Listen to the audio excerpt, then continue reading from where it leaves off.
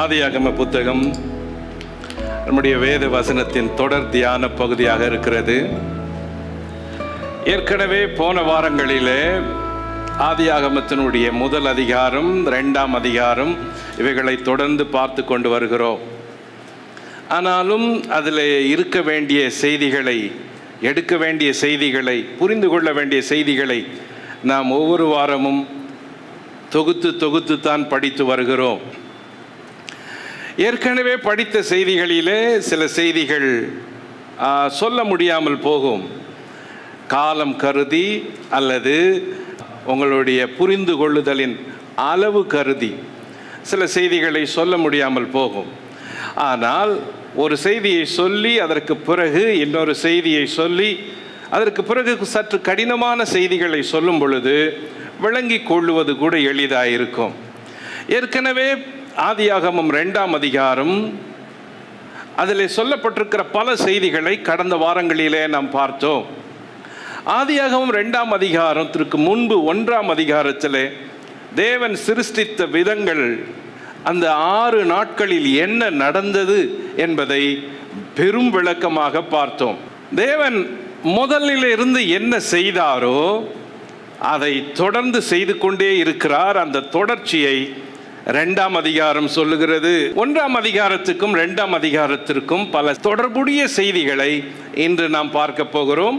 வழக்கமான பார்த்த தலைப்புகளின் அடிப்படையில் சில புதிய செய்திகளை பார்க்க போகிறோம். ஆதியாகமம் முதல் அதிகாரத்தில் 6 நாட்களில் தேவன் என்ன செய்தார் என்பதை வேதம் வரிசைப்படுத்தி இருக்கிறது. இதற்காக தேவன் 2ஆம் அதிகாரத்தில் தேவன் சிருஷ்டிப்பின் தொடர்ச்சியை, படைப்புகளின் தொடர்ச்சியை 2ஆம் அதிகாரம் விளக்கி சொல்லுகிறது. எதற்காக தேவன் இவ்வளவு பிரயாசப்பட்டு இவைகளை சிருஷ்டிக்க வேண்டும்? எதற்காக தேவன் இவ்வளவு பிரயாசப்பட வேண்டும்? எதற்காக ஆண்டவர் இதையெல்லாம் வரிசைப்படுத்தி செய்ய வேண்டும்? அதற்கு ஒரு காரணம் இருக்கிறது. தேவன் பூமியை சிருஷ்டித்த பிறகு அந்த பூமியின் மேலே அவர் நேரடியாக ஆளுகை செய்ய முடியாது. ஏனென்றால் தேவன் ஆவியாய் இருக்கிறார். பூமியிலே இருக்கிறவர்கள் சரீரப்படி இருக்க வேண்டும் அல்லது உருவப்படி இருக்க வேண்டும். உருவம் இருந்தால்தான் பூமியிலே ஜீவிக்க முடியும், வாழ முடியும். ஆவி இருந்தால் மட்டும் வாழ முடியாது. ஆகையினால்தான் பூமியிலே தேவன் தமது ஆளுகையை கொண்டு வர விரும்பினார். பரலோகத்தில் இருக்கிற எங்கள் பிதாவே, உம்முடைய நாமம் பரிசுத்தப்படுவதாக, உம்முடைய சித்தம் பரலோகத்திலே செய்யப்படுவது போல பூமியிலேயும் செய்யப்படுவதாக. பரலோகத்திலே செய்யப்படுவது எதுவோ அது பூமியிலேயும் செய்யப்பட வேண்டும். உம்முடைய ராஜ்யம் வருவதாக. எங்கே ராஜ்யம் வர வேண்டும்? பரலோகத்தில் இருக்கிற எங்கள் பிதாவே, நீர் பூமியிலே நேராக வர முடியாது. ஏன்? நீர் ஆவியாய் இருக்கிறீர். பூமியில வாசம் பண்ண வேண்டும் என்றால் ஆவியாய் இருந்தால் மட்டும் முடியாது. ஏனென்றால் பூமியில வாசம் பண்ணுவதற்கு சரீரம் வேண்டும். ஆக பரலோகத்தில் இருக்கிற பிதா பூமியிலே ஆளுகை செய்ய வேண்டும். அந்த ஆளுகையை அவர் செய்ய முடியாது. ஆகவே அவர் உருவாக்கின மனுஷன் செய்ய அவர் அவனுக்கு அதிகாரம் கொடுக்கிறார். ஆகையினால்தான் தேவன் தம்முடைய ஆளுகையை, தம்முடைய ராஜ்யத்தை, அரசாட்சியை பூமியிலே நிறுவுவதற்கு மனுஷனை கொண்டு நிறுவுகிறார். அந்த ஒரு எதிர்பார்ப்போடு தான் தேவன் ஆதாமையும் ஏவாளையும் உருவாக்கி அவர்களை பூமியில வைக்கிறார். ஏன்? நான் ஆளுவதற்கு பதில் அவர்கள் பூமியை ஆள வேண்டும். உருவாக்கும் போது தேவன் என்ன சொன்னார்? நமது சாயலின்படி, நமது ரூபத்தின்படி நாம் மனுஷனை உருவாக்குவோமாக. ஆனால் அவர்களுக்கு ஆளுகை கொடுக்கும் பொழுது நான் ஆளுகிறேன் என்று தேவன் சொல்லவில்லை. அவர்கள் ஆளக்கடவர்கள் என்று தேவன் அவர்களை அதிகாரத்தில் வைக்கிறார். இதுதான் தேவராஜ்யம் பூமிக்கு வருவது. தேவன் ராஜா என்று அழைக்கப்படுகிறார். கவனியுங்கள், தேவன் ராஜா, சர்வலோகத்தின் ராஜா, சேனைகளின் கர்த்தர். வாசல்களே உங்கள் தலைகளை உயர்த்துங்கள், அநாதி கதவுகளே உயருங்கள். ஏன்? மகிமையின் ராஜா ராஜா உட்பிரவேசிப்பார். யார் அந்த மகிமையின் ராஜா? அவர் சேனைகளின் கர்த்தராமே, ராஜா. தேவன் ராஜா ராஜா என்று அழைக்கப்படுகிறார், ராஜரீகம் பண்ணுகிறவர். அந்த ராஜாவினுடைய ராஜ்யம், ஆட்சி பூமியிலே வர வேண்டும். நேராக வர முடியாது. ஏன்? பூமியிலே அவர் ராஜ்யம் வர வேண்டும் என்றால் பூமியிலே உருவம் இருக்க வேண்டும், அவர் உருவமேற்று வர வேண்டும். ஆக ஆதாம் ஏவாளை தேவன் சிருஷ்டிக்கிறார். இங்கிருந்து தொடங்க போகிறோம் இன்றைய பகுதியை. தேவன் எப்படி சிருஷ்டித்தார் என்று ஆதியாகமம் 1 அதிகாரம் 26 வசனம்.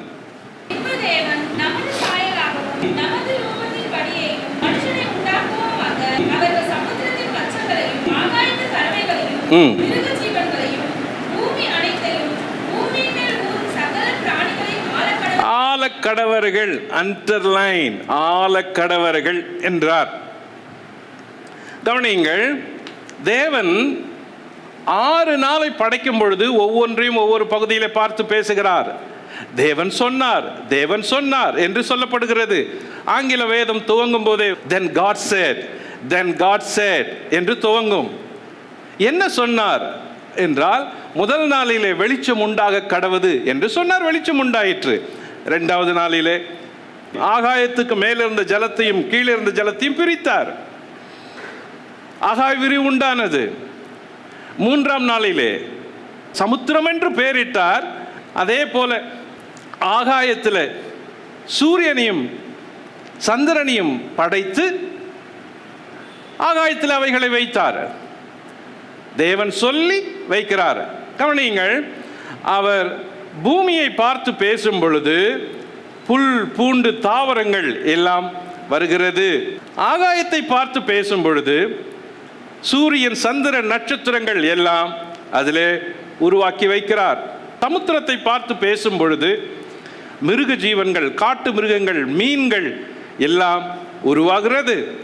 ஆக எதை பார்த்து பேசுகிறாரோ அங்கே ஒரு சிருஷ்டிப்பு நடக்கிறது. இதை தான் 1 அதிகாரம் சொல்லுகிறது. வேகமாக படித்து விடுவதனால தேவனுடைய கிரியைகள், செயல்களை நாம் விவரித்து யோசிக்க முடிவதில்லை.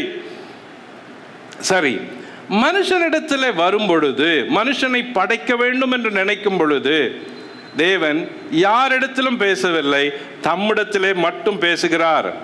என்னவென்று, பின்பு தேவன் நமது சாயலின்படி, நமது ரூபத்தின்படி நாம் மனுஷனை உண்டாக்குவோமாக என்று தமக்கே சொல்லுகிறார்.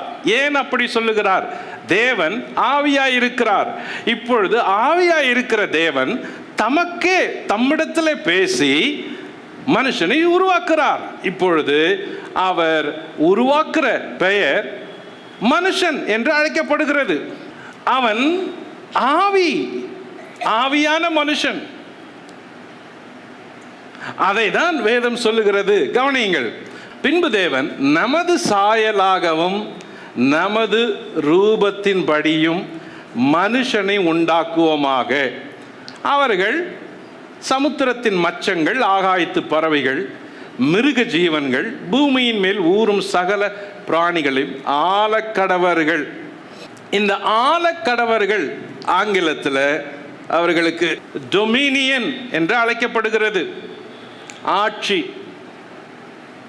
ஆக 1:26 தேவன் மனுஷனுக்கு ஆளுகையை தருகிறார். புரிந்து கொள்ளுங்கள். சரி, இதில் நமது சாயல் இந்த வசனத்தில் வருகிறதை கவனிப்போம். ஒவ்வொன்றாய் முக்கியமான வார்த்தைகளை.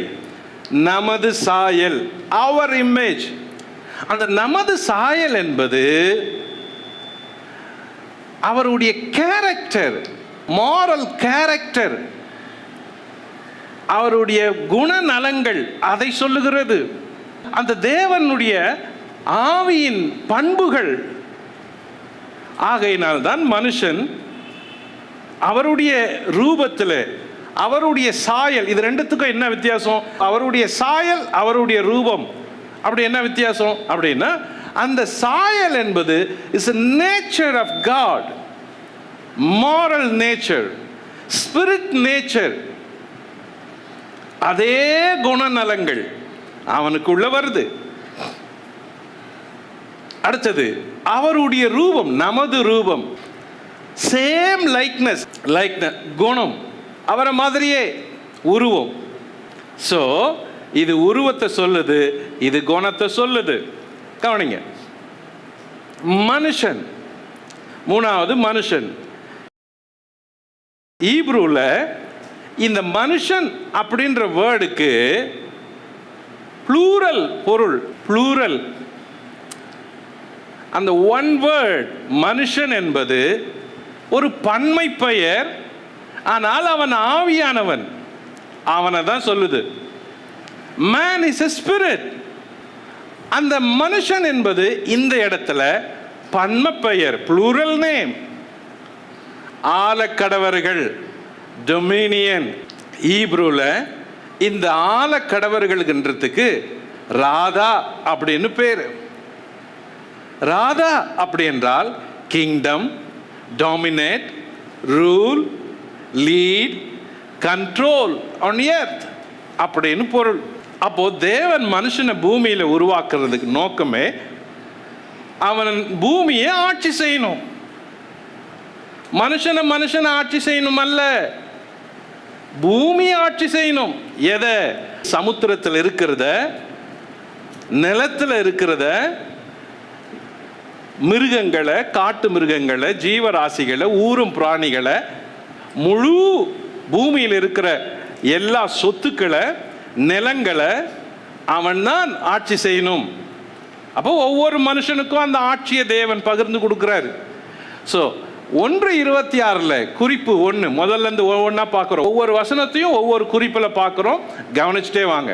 ஸோ நமது சாயல், நமது ரூபம், ஒன்று அவருடைய நேச்சர், இன்னொன்று அவருடைய உருவம். 3 மனுஷன். மனுஷன் சொல்லப்படுகிற இந்த இடத்துல மனுஷன், man. Let us make man, plural word, spirit man.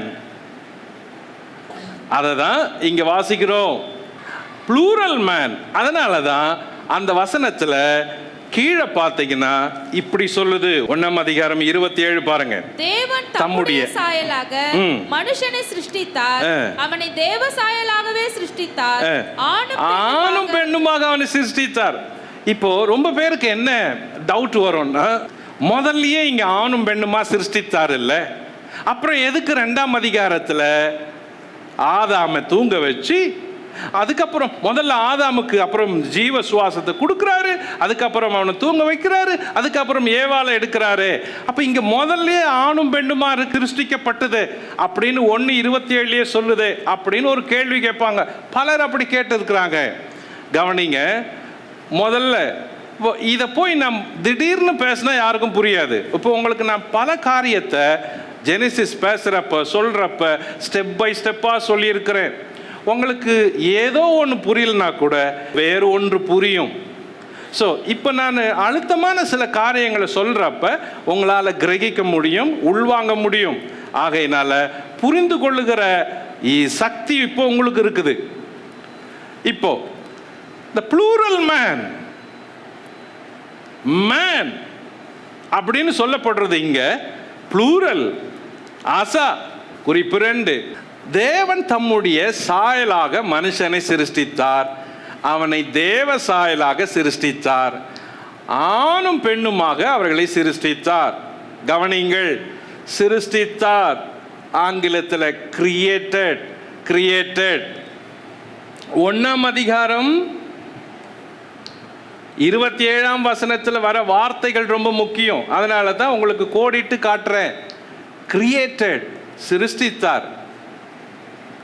அப்போ சிருஷ்டிக்கிற அந்த பணி 6ஆம் நாள்ல முடியுது.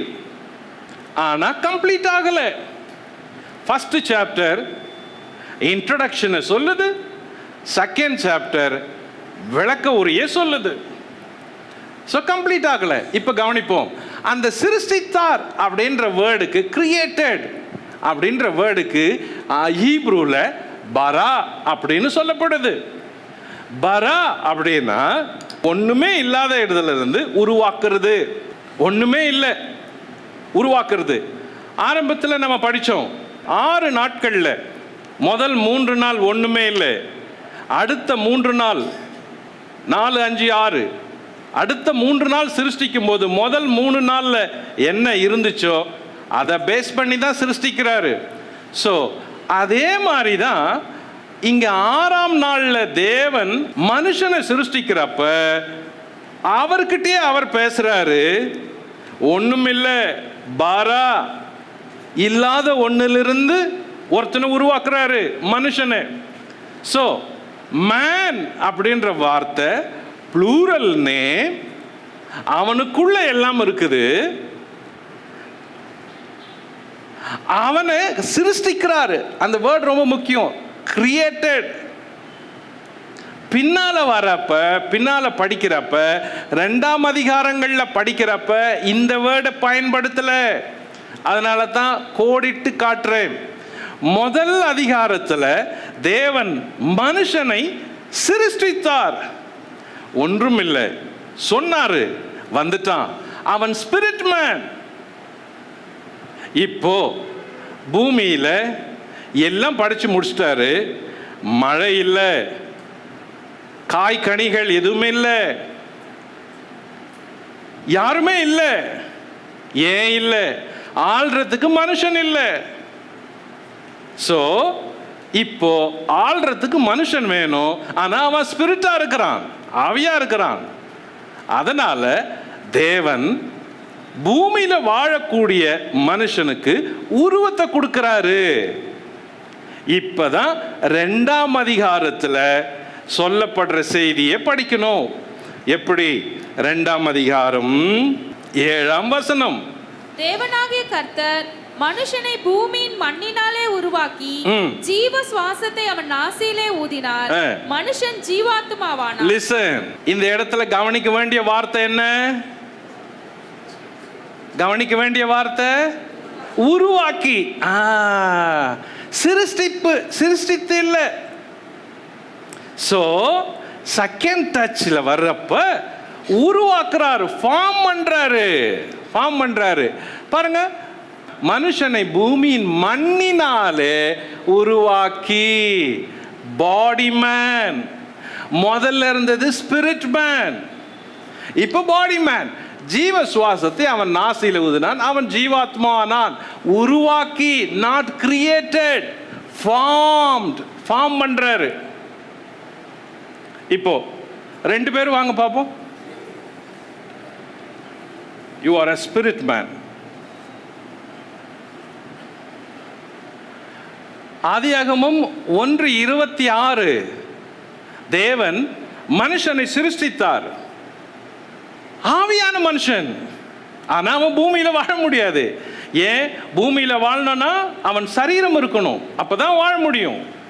பூமியில அசுத்தாவிகள் இங்க அங்கும் உலாவுது, அதனால வாழ்க்கையை செய்ய முடியல. ஏன்? அது சரீரங்களை தேடுது. அது விருப்பத்தை நிறைவேற்றணும்னா சரீரம் தேவைப்படுது.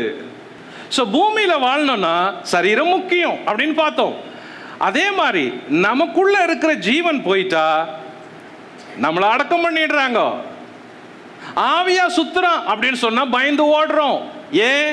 பூமியில ஆவியா சுத்தலான சரீரம் இருந்தாதான் வாழ முடியும். ஸோ பாடி இல்லைன்னா பூமியில இடம் இல்லை, சரீரம் இல்லைன்னா பூமியில வாழ முடியாது. ஸோ ஆதியாகமம் 1:26 man, spirit man, plural man. இப்போ அவனை என்ன பண்றாரு? 2ஆம் அதிகாரம் 7ஆம் வசனப்படி அவனை உருவாக்குறாரு. Now he has a body. இவனுக்குள்ள ஜீவ சுவாசத்தை ஊதுறாரு. சோ இப்ப உருவம் வந்துட்டு பூமியில வாழ முடியும்.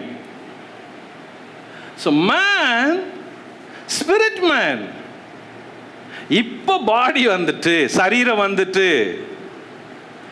God formed, உருவாக்கி, மண்ணினால உருவாக்கி.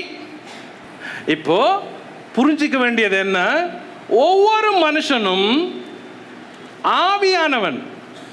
Man is a spirit. இன்னொன்னு கவனிக்கணும், ஆவிக்கு பாலினம் கிடையாது. ஆனா பெண்ணா அது கிடையாது. எந்த ஆவியும் ஆண் பிசாசு பெண் பிசாசுன்னு பிரிச்சது கிடையாது. ஆவிக்கு பாலினமே கிடையாது. தேவ தூதர்களுக்கு பாலினம் கிடையாது, ஆனா பெண்ணான்னு. சோ ஸ்பிரிட் மேன், அவன் ஸ்பிரிட்டா இருக்கிறப்ப ஆனா பெண்ணா அப்படின்னு சொல்ல முடியாது. அப்போ எல்லாருக்குள்ளும் the spirit man இருக்கிறான், உள்ளான மனுஷன் ஸ்பிரிட் மேன். ஆனா எது உருவத்தை காட்டுதுன்னா பாடி தான் உருவத்தை காட்டுது. பாடி தான் இந்த மனுஷன் யார் அப்படின்னு சொல்லுது. பட் ஸ்பிரிட்டை பார்க்க முடியாது, இன்விசிபிள் மேன். சரி, ஒரு ஆளை வெளியே பார்க்குறோம், எதை வச்சு பார்க்குறோம்? சரீரப்படி தான் பார்க்குறோம், உள்ளான பார்க்க முடியாது. அப்போ ரியல் மேன் உள்ள இருக்கிறான், ஆனா அவுட்டர் மேன். இதை தான் பவுல் எழுதுறப்ப புதிய ஏற்பாட்டில் எழுதுவாரு. வெளிப்புற மனுஷன், உள்ளான மனுஷன், பழைய மனுஷன், புதிய மனுஷன், அழிந்து போகிற மனுஷன், நித்தியமா ஜீவிக்கிற மனுஷன், இம்மைக்குரிய மனுஷன், மறுமைக்குரிய மனுஷன். கிறிஸ்துவுக்குள்ளான ஒருவனை அறிவேன், அவன் 14 வருஷங்களுக்கு முன்பே ஆவிக்குள்ளாகி எங்க எடுத்துப்பட்டான்? 3ஆம் வானம். பாடியை விட்டுட்டு, சரீரத்தை விட்டுட்டு ஆவியில கூட போயிட்டு வர முடியும். ஆக 2ஆம் அதிகாரத்துல தேவன் சரீரத்தின்படி அந்த மனுஷனுக்கு இப்போ மண்ணினால உருவத்தை உருவாக்குறாரு. இந்த மனுஷனுக்குள்ள எல்லாம் இருக்குது.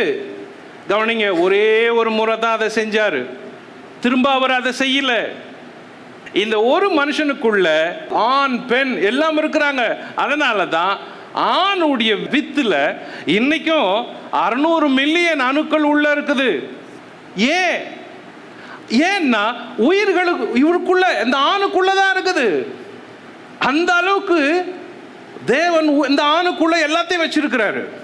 சோ இப்ப இந்த ஸ்பிரிட் மேன் பிளஸ் பாடி மேன் ரெண்டும் உருவாக்கப்பட்டு தேவன் என்ன பண்றாரு, ஏதேன் தோட்டத்தில் கொண்டு போய் இந்த மனுஷனை வைக்கிறாரு. இதுவரைக்கும் ஆதாம் ஏவாள்னு பேரே வரல, மனுஷன் மனுஷன் அப்படின்னு தான் படிக்கிறோம். ஆதியாகம புத்தகம் 2ஆம் அதிகாரம் 8ஆம் வசனம். தேவனாகிய கர்த்தர் கிழக்கே ஏதேன் என்னும் ஒரு தோட்டத்தை உண்டாக்கி தாம் உருவாக்கின மனுஷனை அதிலே வைத்தார். கவனிங்க, மனுஷன். சோ இன்னும் மனுஷனை குறித்து தான் பார்க்கிறோம். கவனிப்போம், இந்த உருவாக்கி அப்படின்றது ஃபார்ம்டு.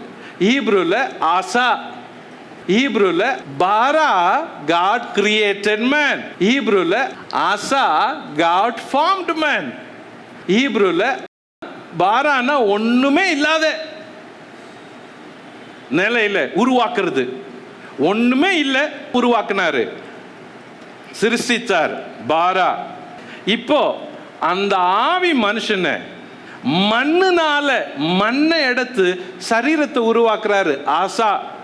அப்போ எபிரேய மொழியில வார்த்தைகள் மிகவும் கவனமா பயன்படுத்தப்படுது. ஒவ்வொரு விசுவாசிக்கும் எபிரேய மொழி தெரிஞ்சிருக்கணும், எபிரேய மொழி படிக்கணும். இனிமேலாவது எல்லாரும் படிக்க ஆரம்பிக்கணும் தெரிஞ்சதை. ஏன்னா அதுதான் நமக்கு மூல மொழிக்கு போயிட்டு வர்றது. ஸோ முழு விளக்கத்தையும் அது கொடுக்கக்கூடியது. டிரான்ஸ்லேஷன்ல என்னதான் வச்சு படித்தாலும் எல்லாமே டிரான்ஸ்லேஷன். ஈப்ரு மொழியை தவிர எந்த வேதத்தை படித்தாலும் டிரான்ஸ்லேட்டட் புக்கு, இங்கிலீஷ் ஆகட்டும், தமிழ் ஆகட்டும், மலையாளம் ஆகட்டும், கன்னடம் ஆகட்டும், தெலுங்கு ஆகட்டும், எதுவாகட்டும், நாம் படிக்கிற புஸ்தகம் மூல மொழியிலிருந்து மொழிபெயர்க்கப்பட்டது. அப்படின்னா மூல மொழியிலிருந்து மொழிபெயர்க்கப்படுறப்ப ரியல் எசன்ஸ் அப்படியே கொடுக்க முடியாது. எங்கேயாகிலும் ட்ரை பண்ணி ஒரு வார்த்தையை கண்டுபிடிச்சி போட வேண்டியது இருக்கும். ஆனால் மூல மொழிபெயர்ப்பு தான் அப்படியே கொடுக்கக்கூடியது. ஸோ படிக்கிறப்ப இங்கே ஒவ்வொரு வார்த்தைக்கும் சின்ன சின்ன வார்த்தை, ஆனால் அர்த்தம் வேற. அசா ஃபார்ம்டு. இப்போ கவனிங்க, மேன், மேல் மேன், மனுஷன், மேல் மேன். இந்த மேன்ல இருந்து தான் மேல், ஃபீமேல். இந்த மனுஷனுக்குள்ள ஒரு இன்னொரு மனுஷன் இருக்கிறான், அதுக்கு தான் மேன், உமன், மேல், ஃபீமேல்.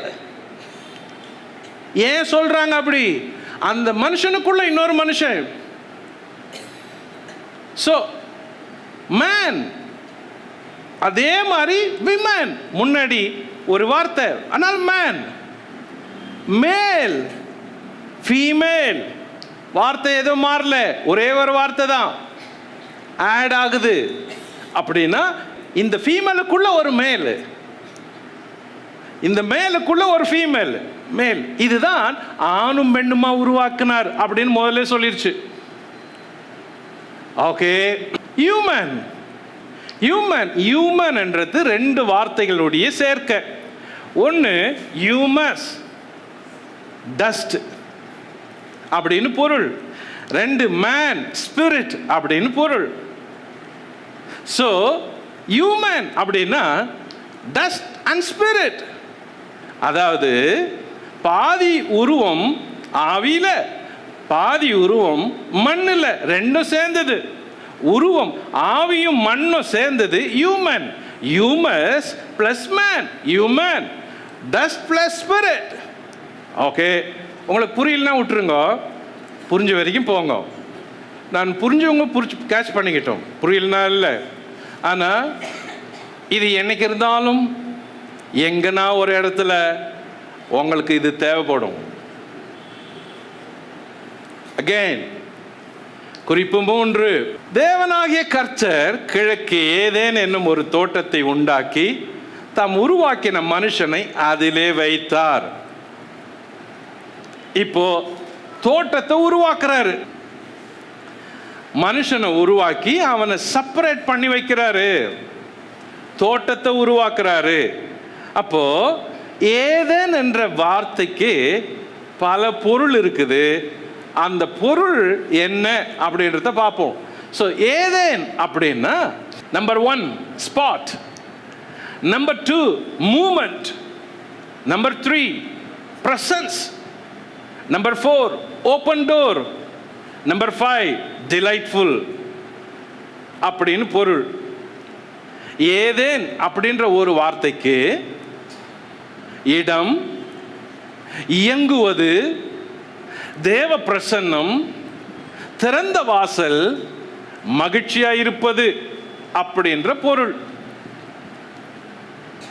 அப்போ காட்ஸ் பிரசன்ஸ்ல தான் தேவன் மனுஷனை கொண்டு போய் வச்சார், ஆதாம. ஏதேன் என்பது எது? எது என்றால் தேவ பிரசன்னம் இருக்கிற இடம். ஃபுல்லா covered with the presence of God, fully covered, God's presence. அவன் தேவ பிரசன்னத்தை உணரக்கூடிய ஒரு இடம், மகிழ்ச்சியா இருக்கிற இடம், இயங்குகிற இடம், அவனுக்காக தேவன் திறந்து கொடுத்த இடம். கவனிங்க, பூமியில தாவரங்கள் முளைக்குது. ஏன்? தேவன் பூமியை பார்த்து பேசுறப்ப விருட்சங்கள் உண்டாக கடவுது அப்படின்னாரு. அந்த விருட்சங்கள் பூமியோட சம்பந்தப்பட்டது. அந்த கனி கொடுக்கிற செடி, மரம், கொடி, இதை பூமியிலிருந்து பிடுங்கி போட்டுட்டீங்கன்னா செடி செத்துரும், மரம் செத்துரும். ஸோ எப்பவுமே அது பூமியில கனெக்ட் ஆச்சுன்னா அது உயிரோடு இருக்குது, வாழுது. சமுத்திரத்தை பார்த்து தேவன் பேசுறப்ப இந்த சமுத்திரத்தில் மீன்கள் எல்லாம் உருவாகணும், ஆகாயத்து பறவைகள் உருவாகணும் அப்படின்னு பேசினாரு, உருவாச்சு. அப்போ மீன் சமுத்திரத்தை நம்பி இருக்குது. அந்த மீனை சமுத்திரத்தை விட்டு வெளியே தூக்கி போட்டா மீன் செத்துடுது. அந்த திமிங்கலம் சமுத்திரத்திலிருந்து வெளியே வந்தா திமிங்கலம் இறந்து போகுது. ஸோ தேவன் அதை எங்க வச்சாரோ அங்க இருக்கிறப்போ அது உயிர் வாழுது. அந்த கனெக்ஷன் ரொம்ப முக்கியம். ஆகாயத்தை பார்த்து பேசினாரு, ஆகாய விரிவு உண்டாக கடவுது, உண்டாச்சு. அதுல நட்சத்திரங்கள் வைக்கப்பட்டிருக்குது, அதுல சூரியன் சந்திரன் இருக்குது. அவைகள் அந்த ஸ்தானத்தில் இருந்தால்தான் அதற்கும் அல்ல நமக்கும் பாதுகாப்பு. அந்த ஸ்தானத்தை விட்டு விழுந்தா என்ன ஆகும்? ஆக அந்த தேவன் வைத்த ஸ்தானத்தில் அவைகள் ஸ்தரித்திருக்கும் பொழுது அவைகளுக்கு மதிப்பும் பாதுகாப்பும் அதிகம், உயிரும் இருக்கிறது. இது எல்லாம் அந்தந்த இடத்துல இருக்கும்போது அதற்குரிய மதிப்பு இருக்கிறது. அதே போல்தான் தேவ பிரசன்னம் இருக்கிற ஏதேனில் இருக்கும் பொழுதுதான் ஆதாமுக்கு, மனுஷனுக்கு மதிப்பு அதிகம். தரையிலிருந்து செடியை பிடுங்கி போட்டா செடியை செத்துருது, சமுத்திரத்திலிருந்து மீனை எடுத்து போட்டா மீன் செத்துடுது, ஆகாயத்திலிருந்து விண்மீன்கள் கீழே விழுந்தா அவைகளுடைய மகிமை போகுது. ஏதேனிலிருந்து தேவ பிரசன்னத்திலிருந்து வெளியே வந்துட்டா அந்த மனுஷன் பிசாசுக்கு இடம் கொடுத்து மனுஷர்களை கொல்றான். அப்ப தேவ பிரசன்னம் ஒரு மனுஷனை முக்கியமா அவனை தேவனுக்குள்ளவே வச்சிருக்குது. அதுக்கு தான் காட்ஸ் பிரசன்ஸ்ல தேவன் மனுஷனை வச்சாரு. அவன் அந்த பிரசன்னத்தில் இருக்க வேண்டும்.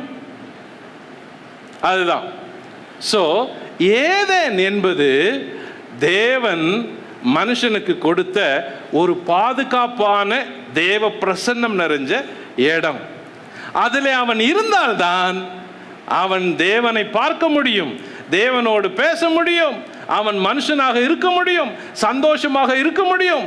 தேவ பிரசன்னத்தில் தான் ஒரு மனுஷனுக்கு சந்தோஷம். தேவ பிரசன்னம் தான் ஒரு மனுஷன் ஜீவிப்பதற்கு சரியான இடம். தேவ பிரசன்னம் இல்லை என்றால் அவன் பிசாசால் பீடிக்கப்படுவான், அவன் தேவ சுபாவத்தை இழக்கிறான். ஆக ஏதேன் தோட்டத்துக்குள்ளே தான் தேவன் அவனை வைத்தார். கவனிப்போம், வைத்து என்ன செய்தார்? குறிப்பு 4, ஆதியாகமம் 2:15.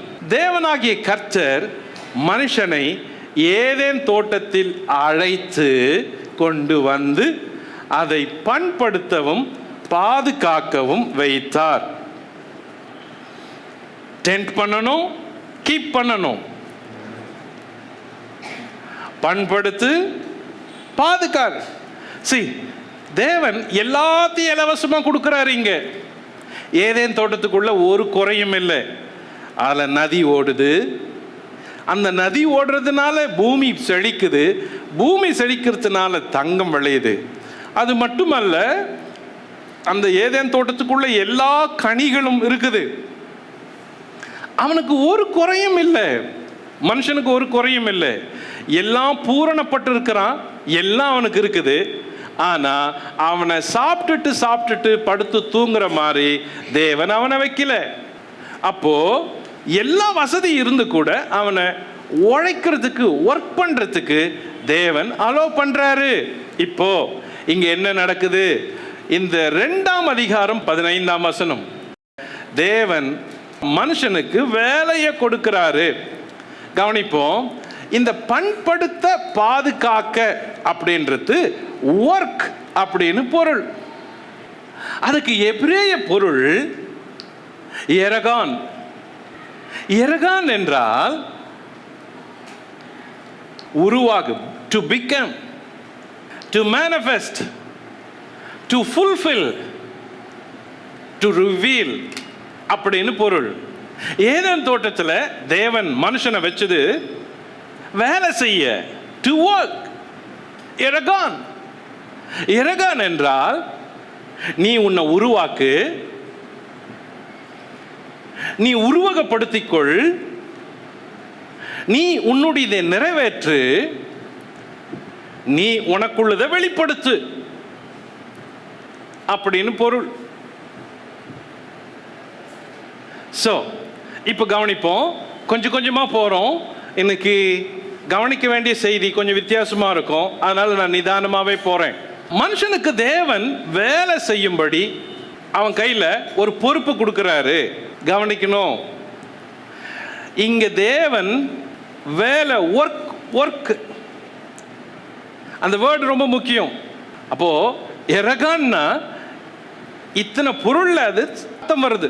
இப்போ கவனிக்கணும், நம்ம என்ன நினைப்போம் அப்படின்னா, ஓ தேவன் தோட்டத்தில் அவனுக்கு வேலையை கொடுத்தாரு அப்படின்னு. கவனிக்கணும், இங்க ஒர்க்கு வேற, வேலை வேற.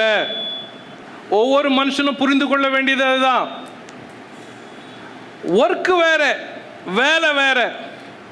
இது ரெண்டுத்துக்கும் வித்தியாசம் இருக்குது. ஜாப் அண்ட் ஒர்க், இது ரெண்டுத்துக்கும் வித்தியாசம் இருக்குது. ஜாப் அப்படின்றது நீங்க போய் வேலை செஞ்சா உங்களுக்கு கையில பிரதிபலனை கொடுக்கிறது. நீங்க போய் வேலை செஞ்சா உங்களுக்கு சம்பளம் கொடுக்கிறது, அது ஜாப். சரி, 40 வயசு, 50 வயசு, 60 வயசு ரிட்டையர்மெண்ட் ஆயிடுறீங்க. அதுக்கப்புறம் சும்மா ஓய்வு எடுக்கிறதா? அப்போ ஜாப்ன்றது வேற. தேவன் மனுஷனுக்கு கொடுத்தது ஒர்க், மனுஷன் செய்யறது ஜாப். ரெண்டுத்துக்கும் வித்தியாசத்தை கவனிச்சுக்கணும், ஒர்க்குக்கும் ஜாபுக்கும். ஜாப் வேற, ஒர்க்கு வேற. தேவன் உனக்குள்ள ஒன்று வச்சிருந்து, உனக்குள்ள ஒன்றை வச்சு அதில் நீ பிரியமா பழகி, அதில் நீ ஸ்கில்டாகி, அதில் நீ திறமை உள்ளவனாகி, அதில் நீ வளர்ந்து இருக்கும்போது அதுக்கு சம்பந்தம் இல்லாத ஒரு வேலையை போய் நீ செஞ்சு அதில் மாட்டி அதில் நீ செய்யறப்ப அந்த வேலை உனக்கு சந்தோஷத்தை கொடுக்காது. கடமைக்குன்னு போனோம், ஏன் அந்த சம்பளத்துக்காக போனோம், ஏன் குடும்பத்தை கவனிக்கிறதுக்காக போனோம். ஸோ ஜாப் வித்தியாசம், ஒர்க்கு வித்தியாசம். ஜாப் நம்ம தேடுறது, ஒர்க்கு தேவன் கொடுக்கிறது. ஜாப் உன்னுடைய திறமைக்கு கொடுக்கிற பலன், ஒர்க்கு என்பது கிஃப்ட், தேவன் கொடுக்கிறது. அப்போ பூமியில் இருக்கிற ஒவ்வொருத்தருக்கும் தேவன் இயற்கையாகவே அவங்க இந்த பூமியில வாழ்றப்ப ஒரு காரியத்தை செய்யணும் அப்படின்னு கொடுக்கிறது தான் ஒர்க்கு. ஸோ மனுஷன் என்ன செய்யறான், நம்ம படிச்சுட்டு ஒரு வேலைக்கு போனோம், அந்த வேலை செஞ்சா சம்பளம் கொடுப்பாங்க, அந்த வேலையை செய்ய செய்ய சம்பளம் வருகும். ஸோ நம்ம சம்பளத்துக்காக வேலை செய்கிறோம். ஆனால் தேவன் நம்மளை சம்பளத்துக்கு வேலை செய்ய சொல்லல. தேவன் கொடுத்த வேலையை, நீங்க பிறந்த காரணத்தை அவர் உனக்குள்ள வச்சதை உன் வாழ்நாளுக்குள்ள செஞ்சு முடிக்கணும். அதான் ஒர்க்கு. அதனால தான் சிலர் வேலைக்கு போறப்ப காலையில் ரொம்ப சலிப்பா போறோம். ஏன் போறோம்? நமக்கு அந்த வேலை பிடிக்கல. ஏன்? நமக்குள்ள ஒன்று இருக்குது, அதுக்குரிய இடம் கிடைக்கல. ஏன் சிலரால வேலை செய்ய முடியல சந்தோஷமா?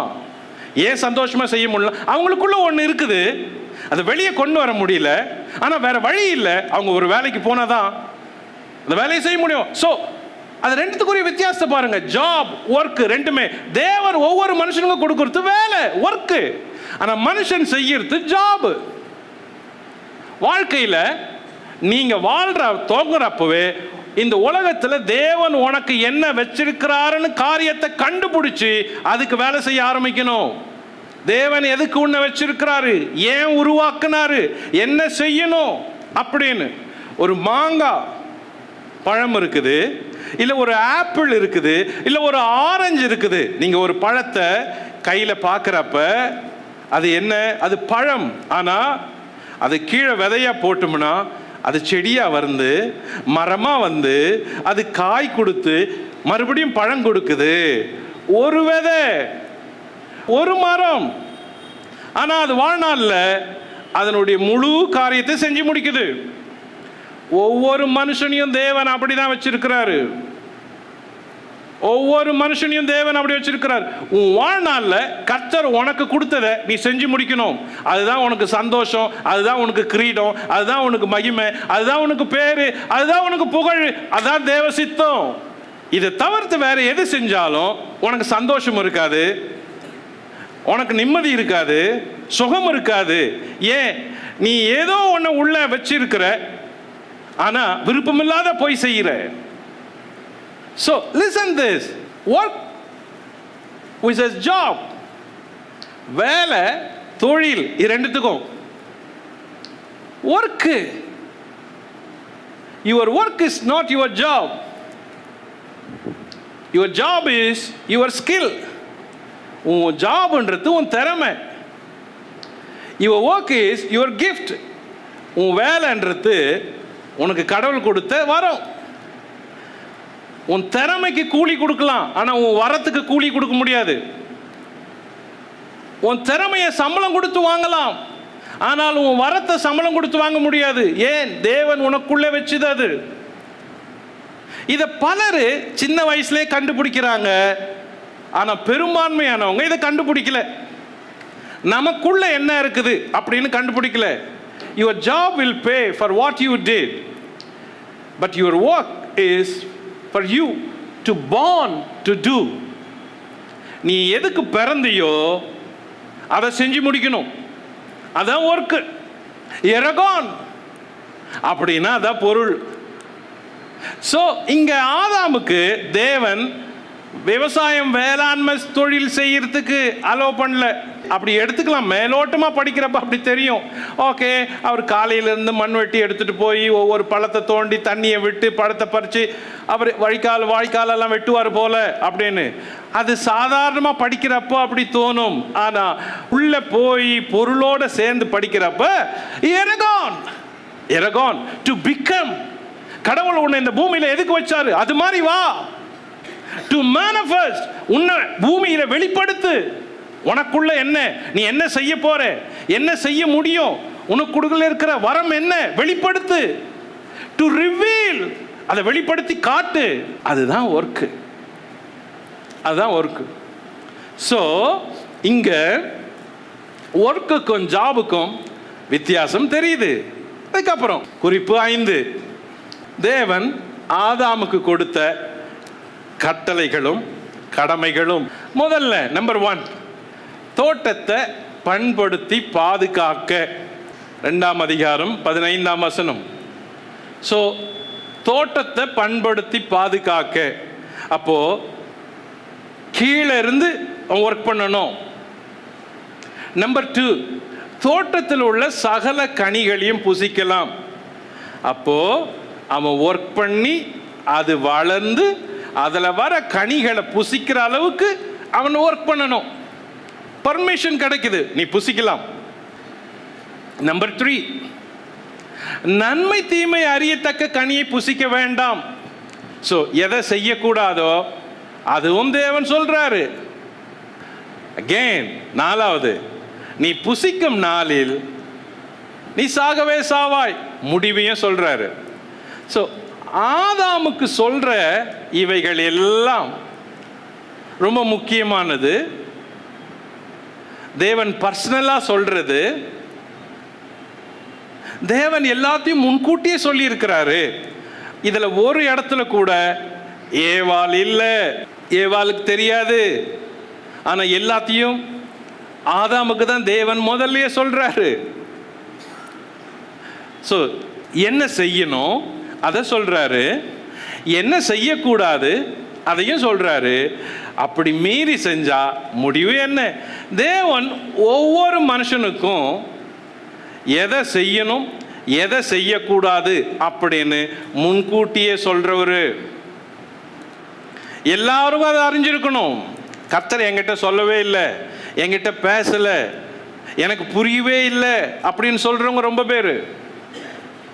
தேவன் சரியா எல்லாருக்கும் சொல்ற ஒரு பர்சனலா ஆதாமுக்கு சொல்றாரு, நீ என்ன செய்யணும், என்ன செய்யக்கூடாது, செஞ்சா என்ன ஆகும். இதுதான் ஒவ்வொரு மனுஷனுக்கும் தேவன் சொல்றது. பூமியில நீங்க பிறந்து வளர்ந்து ஆளாகினீங்கன்னா பூமியில் இருக்கிற ஒவ்வொரு மனுஷனுக்கும் கர்த்தர் கொடுக்கிறது இதுதான். உன் வாழ்க்கையில இரகான் நீ ஏதாவது ஒன்று செஞ்சு ஆகணும். உன் வாழ்க்கையில நீ மரிக்கிறதுக்கு முன்னாடி பூமியில தேவ சித்தத்தை செய்யணும். மரிக்கிறதுக்கு முன்னாடி உனக்குள்ளதை வெளிப்படுத்தணும். மரிக்கிறதுக்கு முன்னாடி உனக்குன்னு வச்சத நீ வெளிப்படுத்தி அதை எல்லாரும் பயன்படும்படி செய்யணும். ஸோ என்ன செய்யணும், என்ன செய்யக்கூடாது, செய்தா என்ன ஆகும். அப்போ தேவனுடைய கட்டளைகள் ஆதாமுக்கு கிளியரா இருந்துச்சு. குழப்பமே இல்லை. எங்குமே சொல்லாதத ஒன்ன மறைச்சு ஒன்ன தேவன் செய்யல. சரி, ஆதாமுக்கு கொடுத்த இன்னொரு கட்டளை, அவனுக்கு ஜீவ ஜந்துக்களுக்கு பேரிடுறான். பாருங்க, 2ஆம் அதிகாரம் 19ஆம் வசனம் எடுத்துக்கொள்வோம். 2:19. தேவனாகிய கர்த்தர் வெளியின் சகலவித மிருகங்களையும் ஆகாயத்தின் சகலவித பறவைகளையும் மண்ணினாலே உருவாக்கி ஆதாம் அவைகளுக்கு என்ன பெயரிடுவான் என்று பார்க்கும்படி அவைகளை அவனிடத்தில் கொண்டு வந்தார். அந்தந்த ஜீவ ஜந்துக்கு ஆதாம் எந்தெந்த பெயரிட்டானோ அதுவே அதற்கு பெயராயிற்று. ஏன் தேவன் ஆதாம் கிட்ட கொண்டு வந்து விடுறாரு? அதை அவரே செஞ்சிருக்கலாமே. எல்லாத்தையும் படைச்சிட்டு எல்லாத்தையும் கொண்டு வந்து ஆதாம் கிட்ட நிறுத்துறாரு. இப்ப அவர் எதுவுமே சொல்லல. அப்போ ஆதாம் பேரிடுறான். அப்போ தோட்டத்திலேயே தேவன் ஒரு மனுஷனுக்கு ட்ரைனிங்கை கொடுக்கிறாரு. என்ன ட்ரைனிங்? முதல்ல பிசிக்கல் ட்ரைனிங், தோட்டத்தை பண்படுத்து. ரெண்டாவது ஸ்பிரிச்சுவல் ட்ரைனிங், கனியை புசிக்காத. மூணாவது புசிச்சா செத்துருவ, ஃபியூச்சர் ப்ராஃபஸி புரிஞ்சுக்கொள்ற ட்ரைனிங். நாலாவது பாரு, உன்னுடைய தியரிய நாலேஜ இம்ப்ரூவ் பண்ற ட்ரைனிங். இப்போ இது ஒரு நாள் நடந்தது கிடையாது. ஒரு நாள் வேலையில முடியல, ஒரு நாள்ல நடந்துச்சா நினைக்க கூடாது. ஏன்னா இது ரெகுலரா நடக்கிறது. ஒவ்வொரு முறையும் ஆதாம் பெயர் வைக்கிற டியூட்டியில இருந்துட்டே இருக்கிறாரு. கவனிப்போம், என்னென்ன பெயர் வச்சாங்களோ அது அப்படியே நடக்குது. 19, அந்தந்த ஜீவ ஜந்துக்கு ஆதாம் எந்தெந்த பெயரிட்டானோ அதுவே பெயராயிற்று. இப்ப என்ன ஆயிடுச்சு? அந்த மேன் அதை யோசித்து பாருங்க. ஆதாம யோசித்து பெயரை வைக்கிறான். ஒவ்வொரு மிருகத்துக்கும் யோசித்து பெயரை வைக்கிறப்ப அவனுக்கு பிராக்டிஸ் ஆகுது, நாலேஜ் இம்ப்ரூவ் ஆகுது. நாலேஜ் இம்ப்ரூவ் ஆகுறப்ப அந்த காரியத்தில் அவன் பழக்கப்படுறான். Word power, memory power, thinking power எல்லாம் உருவாகுது. கண்டுபிடிக்கிற பவர், யோசிக்கிற பவர். ஸோ யோசிச்சு செய்யணும். ட்ரைனிங் தேவன் கொடுத்தது. அதனால தான் ஏவாளை உருவாக்கி கொண்டு வரப்ப அவளை பார்த்ததுமே ஆட்டோமேட்டிக்கா ஆதாமுக்கு வருது, இவள் என் எலும்பில் என் எலும்பும் மாம்சத்தில் மாம்சமானவள், இவள் மனுஷனிலிருந்து எடுக்கப்பட்டபடியால் மனுஷி என்று அழைக்கப்படுவாள். நேம்ன்றான். பார்த்ததுமே அந்த அளவுக்கு பிராக்டிஸ் வந்துட்டு. ஸோ பிராக்டிஸ் பண்ற தேவன் ஒவ்வொருத்தரையும் ஒரு ஒர்க்கை உங்களுக்கு கொடுக்குறப்ப, பூமியில நீங்க இதை செய்யணும்னு நிர்ணயிச்சப்ப தேவன் உங்களை தனியா விடுறதில்ல. உங்களை உருவாக்குற பணியை தேவன் எப்பவுமே செஞ்சுக்கிட்டே இருக்கிறாரு. ஆனா அதை செய்யறதுக்கு அவைலபிளா இருக்கிறதுக்கு நம்ம எப்பவுமே ஆயத்தமா இருக்கணும். அதுதான் ரொம்ப முக்கியம். உங்களை நிகழ்காலத்தில் உருவாக்கி எதிர்காலத்தில் எப்படி நீங்க பிரச்சனைகளை ஃபேஸ் பண்ணணும் அப்படின்றத தேவன் முதல்ல சொல்லி இருக்கிறாரு. ஸோ இங்க பேரிடுறான். அப்போ பேரிடுறதுன்றது அவனுடைய நாலேஜை இம்ப்ரூவ் பண்ணுறது. இப்போ 3 காரியம் அவன் ஸ்பெஷலாக அவன் படிச்சிருக்கிறான் ஆண்டவர்கிட்ட. ஃபிசிக்கல் ஒர்க்கு ட்ரெயின் பண்ணிட்டாரு, ஸ்பிரிச்சுவல் ஒர்க்கு ட்ரெயின் பண்ணிட்டாரு, and theoretical knowledge work train பண்ணிட்டாரு. பூமியில் வாழ்கிற ஒவ்வொரு மனுஷனும் இது 3லையுமே வளரணும். இது 3லுமே வளரணும். ஆவி, ஆத்மா, சரீரம் எல்லாவற்றிலும் வளர்றது இதுதான். ஸோ ஞானம், அறிவு, விவேகம் இவையெல்லாம் வளரணும். எப்படி? முதல்லயே தேவன் ஏதேன் தோட்டத்தில் மனுஷனுக்கு ட்ரெயின் பண்ணது.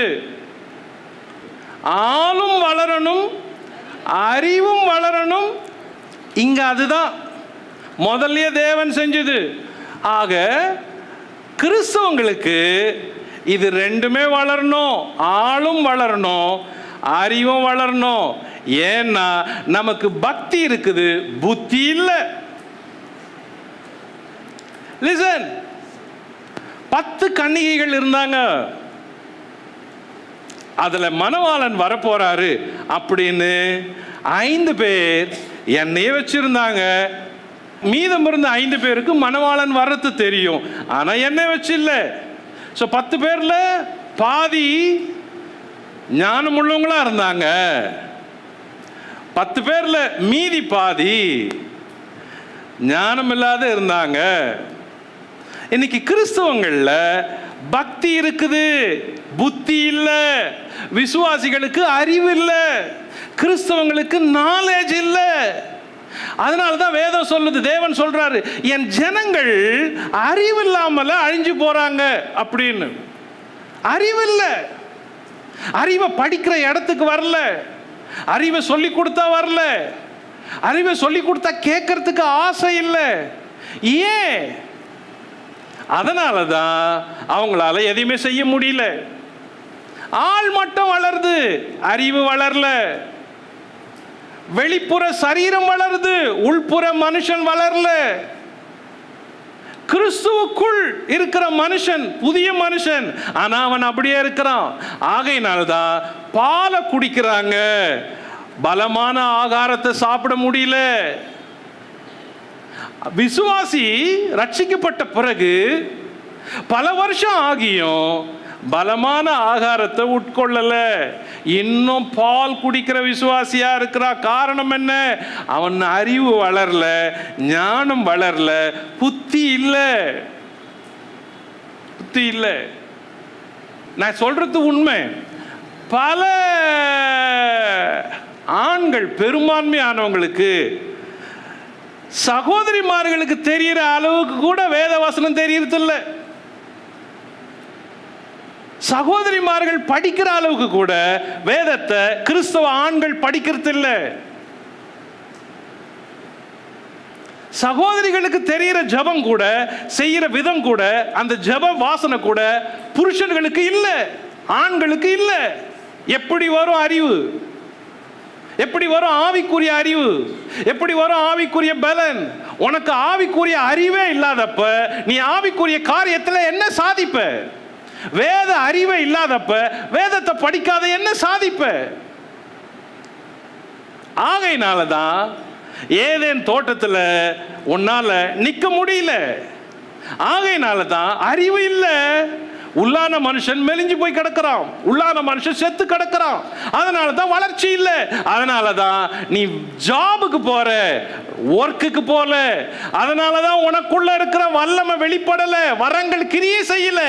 ஏன்? தேவன் உனக்குள்ள வச்ச திறமையும் தாளந்தும் மங்கி போச்சு, பயன்படுத்த முடியல, பயன்படுத்த முடியல. அப்போ ஒவ்வொரு மனுஷனையும் உருவாக்குறதுல தேவன் எவ்வளவு கவனம் செலுத்துறாரு பாருங்க. ட்ரெயின் பண்றாரு, ட்ரெயின் பண்றாரு, ட்ரெயின் பண்றாரு. இப்ப அவர் யோசிக்கிறாரு, இவ்வளவு ட்ரைனிங் கொடுக்கறனே, அவன் தனியா செய்யறானே. No no no no no no, அவன் தனியா இருப்பது நல்லதல்ல அப்படின்னு ஃபீல் பண்றாரு. மனுஷன் தனியா இருக்கிறது நல்லதல்ல. எப்போ? அவன் இவ்வளவு வேலையை செய்யறப்போ. இவ்வளவு வேலையை செய்யறப்போ லிசன், ஒரு பெண்ணை சந்திக்கிறதுக்கு முன்னாடியே ஆதாம் இவ்வளோ காரியத்தை செய்யறான். ஒரு பெண்ணை சந்திக்கிறதுக்கு முன்னாடி, ஏவாளை சந்திக்கிறதுக்கு முன்னாடி ஆதாம் ஏதேன் தோட்டத்தில் இருக்கிறான். தோட்டத்தை பதனிடுறான், பாதுகாக்கிறான், பண்படுத்துறான், பேர் வைக்கிறான், ஹார்ட் ஒர்க் பண்றான். See, work before you see your partner. உன்னுடைய பார்ட்னரை சந்திக்கிறதுக்கு முன்னாடி, உன் வாழ்க்கையில் உன்னுடைய லைஃப் பார்ட்னரை சந்திக்கிறதுக்கு முன்னாடி நீ ஒர்க் பண்ணி ஆகணும். உன்னுடைய லைஃப்பில் உன் லைஃப் பார்ட்னரை நீ செலக்ட் பண்ணுறதுக்கு முன்னாடி நீ ஃபீல்டில் ஒர்க் பண்ணி ஆகணும். இது காட்ஸ் பேட்டர்ன். ஆதாமுக்கு தேவன் அதான் வச்சிருக்கிறாரு. Systematic systematic systematic. ஸோ இது வரைக்கும் அவன் பெண்ணை பார்க்கல, பார்ட்னரை பார்க்கல, ஆள் இல்லை, ஆனால் ஒர்க் பண்ணுறான். இப்போதான் தேவன் யோசிக்கிறாரு, அவன் தனியாக இருக்கிறது நல்லதில்லைன்னு. சில காரியத்தை தேவன் பார்க்கட்டும், உங்கள் வாழ்க்கையில் பார்க்கணும். அப்போ தான் அவரே மனசு இறங்குவார். பார்க்கணும், சொல்லணும், ஆண்டவரே பாருங்க நான் எப்படி கஷ்டப்படுறேன் பாருங்க. நொந்துக்க கூடாது. தேவன்கிட்ட சொல்லணும், பாருங்க ஆண்டவரே நடந்து போறேன், பாருங்க ஆண்டவரே எவ்வளோ கஷ்டம், பாருங்க ஆண்டவரே வேதனையில் எவ்வளோ துடிக்கிறேன், பாருங்க ஆண்டவரே எவ்வளோ அவமானமாக பேசிட்டு போறாங்க. தேவன் பார்க்கணும்,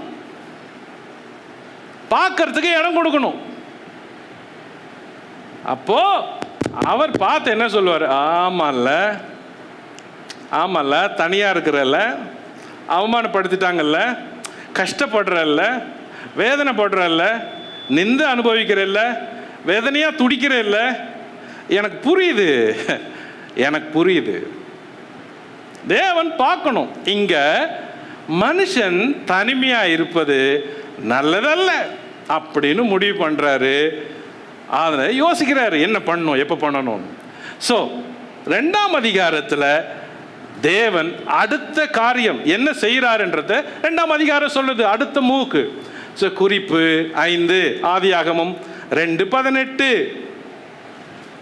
படிப்போம். பின்பு தேவனாகிய கர்த்தர், மனுஷன் தனிமையாயிருப்பது நல்லதல்ல, ஏற்ற துணை அவனுக்கு உண்டாக்குவேன் என்றார். மனுஷன் தனிமையா இருப்பது நல்லதல்ல, ஏற்ற துணையை அவனுக்கு உண்டாக்குவேன். ஏற்ற துணை. நம்ம என்ன நினைப்போம் இதை படிக்கிறப்ப? ஓகே, பையன் பி படிச்சிருக்கிறான், பொண்ணும் பி படிச்சிருக்கணும். பையன் மாநேரம், பொண்ணும் சிவப்பு. பையன் உயரம் 5 அடி, பொண்ணும் 5 அடி. பையன் நல்ல ஒரு கம்பெனியில் வேலை செய்கிறான், பொண்ணும் கம்பெனியில் வேலை செய்கிறா. பையனுக்கு அப்பா நல்ல டவுரி கொடுப்பாரு, பொண்ணுக்கு அப்பாவும் நல்ல டவுரி கொடுப்பாரு. ஸோ ஏற்ற துணை அப்படின்றது நம்ம ரொம்ப கீழ்த்தரமாக பார்க்குறோம் துணையை. ஏன்? நமக்கு ஆவிக்குரிய அர்த்தமே தெரியாது. உங்கள் பையனுக்கு துணையை பார்க்குறப்ப, பெண்ணுக்கு துணையை பார்க்குறப்ப எவ்வளோ ஒரு உலக பிரகாரமாக யோசிக்கிறோம் பாருங்க. தேவன் இங்கே அப்படி யோசிக்கல, தேவன் அப்படி யோசிக்கல. ஏற்ற துணையை உண்டாக்கணும்னு தேவன் காத்துட்டு இருக்கிறாரு. அவசரப்படலை, அவசரப்படலை. அப்போ ஆதாம் எங்க இருக்கிறான்? காட்ஸ் பிரசன்ஸ்ல இருக்கிறான். ஆதாம் என்ன பண்றான்? ஆதாம் வேலை செய்யறான். ஆதாம் என்ன பண்றான்? பெயர்கள் வச்சு இருக்கிறான். ஆதாம் என்ன பண்றான்? தனியா ஒர்க் பண்றான். ஆனா யாரும் இல்லை, கூட தேவன் இருக்கிறாரு. So before you meet your partner, you must walk with God and you must work in your field. அதை செஞ்சாதான் மீதி தேவன் செய்யறாரு. ஆனா தேவன் செய்யறப்ப ஏற்ற துணை அப்படின்னு சொல்லுது இல்ல, அதுக்கு ஹெல்பர் அப்படின்னு பேரு. கவனிப்போம், ஏற்ற துணை அப்படின்னா என்ன பொருள்? ஒரு 10 வகையில பொருள் இருக்குது, அதை பார்க்கலாம். நம்பர் 1, ஏற்ற துணை அப்படின்னா எப்பொழுதும் உடன் இருப்பது. ஆல்வேஸ், எப்போ உடன் இருப்பது. ஒரு சின்ன சண்டையானா அம்மா வீட்டுக்கு போயிடுறது கிடையாது. ஒரு சின்ன பிரச்சனையானா உடனே அம்மாவை வீட்டுக்கு கூப்பிடுறது கிடையாது, கூப்பிடணும்னு ஃபோன் பண்ணுறது கிடையாது. ஸோ ஏற்ற துணை நம்பர் 1 எப்பொழுதும் அந்த மனுஷனோடு இருப்பது. ஆல்வேஸ். பழத்தை சாப்பிட்டுட்டு பிறகு விசாரிக்கிறப்போ ஏன் இப்படி செஞ்ச அப்படின்னு கேட்டார். இங்கே பாருங்க, விசாரிக்கிறப்ப 3ஆம் அதிகாரம் வாங்க, ஆதாம கேட்கிறாரு. 12ஆம் வசனம் 3:12. அதற்கு ஆதாம் என்னுடனே இருக்கும்படி. எப்படி சொல்லுங்க? இருக்கும்படி தேவரே தந்த ஸ்திரீயானவர். எங்க இருக்கணும்? எப்பவுமே. ஸோ வாழ்க்கையில் பார்ட்னரோட கூட இருக்கிறது தான் ஏற்ற துணை. நம்பர் 2, எதிலும் பங்கேற்பது. அவர் அதை செய்ய மாட்டார், நான் மட்டும் தான் செய்வேன். நான் செய்யறதுல அவர் வரமாட்டார், அவர் செய்யறதுல நான் வரமாட்டேன். 2 பேருக்கும் வேறங்க. நாங்கள் 2 பேரும் பேசிக்குவோம், ஆனால் செய்யறப்ப பேசாத செய்வோம். ஸோ அவர் ஜாப் அவருக்கு வேற, என் ஜாப் எனக்கு வேற. அதனால இந்த விஷயம் வரப்ப நாங்கள் 2 பேரும் வேற. அப்படி சொல்ற எத்தனை பேர் இருக்கிறாங்க, புருஷனும் மனைவியும். ஸோ ஏற்ற துணை என்பது எதிலும் இணைந்து பங்கேற்பது. 2 பேருக்கும் ஒரே விஷன், 2 பேருக்கும் ஒரே தாகம், ஒரே தரிசனம், ஒரே லட்சியம், ஒரே நோக்கம், ஒரே பயணம். ஸோ ஏற்ற துணை, ஹெல்ப்பர், அதுதான் ஏற்ற துணை. நம்பர் 3, ஏற்ற துணை என்பது இருதயத்தோடு இசைந்திருப்பது. எப்படி சொல்லுங்க பாப்போம்? இருதயத்தோட இசைந்திருப்பது. இருதயம் இசைந்திருப்பது. எந்த மாறு பேச்சுக்கே இடம் இல்லை. அவர் நினைக்கிறது அந்த அம்மா நினைக்குது, அந்த அம்மா நினைக்கிறது அவர் நினைக்கிறாரு. ஏன்? ஏற்ற துணை இருதயத்தில் இசைந்திருக்கிறது. இருதயத்தில் இசைந்திருக்கிறது. இன்னைக்கு ரொம்ப பேருக்கு, இப்ப பிடிக்கிற வாலிப தம்பதிகளுக்கு இருதயத்தில் இசைந்திருக்கிறது பழக்கம் வரல. ஏன் தெரியுமா? அவங்க கம்பெனி வேற, இவங்க கம்பெனி வேற. அவங்க சேலரி வேற, இவங்க சேலரி வேற. அவங்க பேக்ரவுண்ட் வேற, இவங்க பேக்ரவுண்ட் வேற. ஸோ இருதயம் ஓட்டல. ஆனா திருமணம் முடிச்சிருக்காங்க, திருமணம் பண்ணி இருக்கிறாங்க, இருதயம் ஓட்டல. ஏற்ற துணை என்பது இருதயத்தோடு இசைந்திருப்பது. நம்பர் 4, ஏற்ற துணை என்பது சரீரத்தோடு இணைந்திருப்பது. 2 சரீரம் ஒன்று. அவர்கள் இருவரும் இருவர் அல்ல, ஒருவராக இருக்கிறார்கள். தேவன் அவர்கள் அப்படி இணைக்கிறாரு. So physically they are one, spiritually they are two. அவங்க ஆவியில 2 பேர், ஆனா சரீரத்தில் ஒருத்தர்.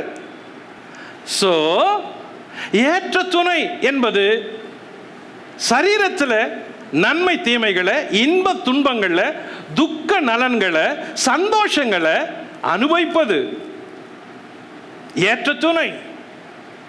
நம்பர் 5, கடைசி வரை நேசிப்பது.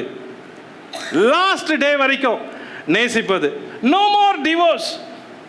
விவாகரத்து அப்படின்றது ஏற்ற துணைக்கு வராது. என்ன பிரச்சனையா இருந்தாலும் 2 பேரும் சேர்ந்து வாழ்றது. ஸோ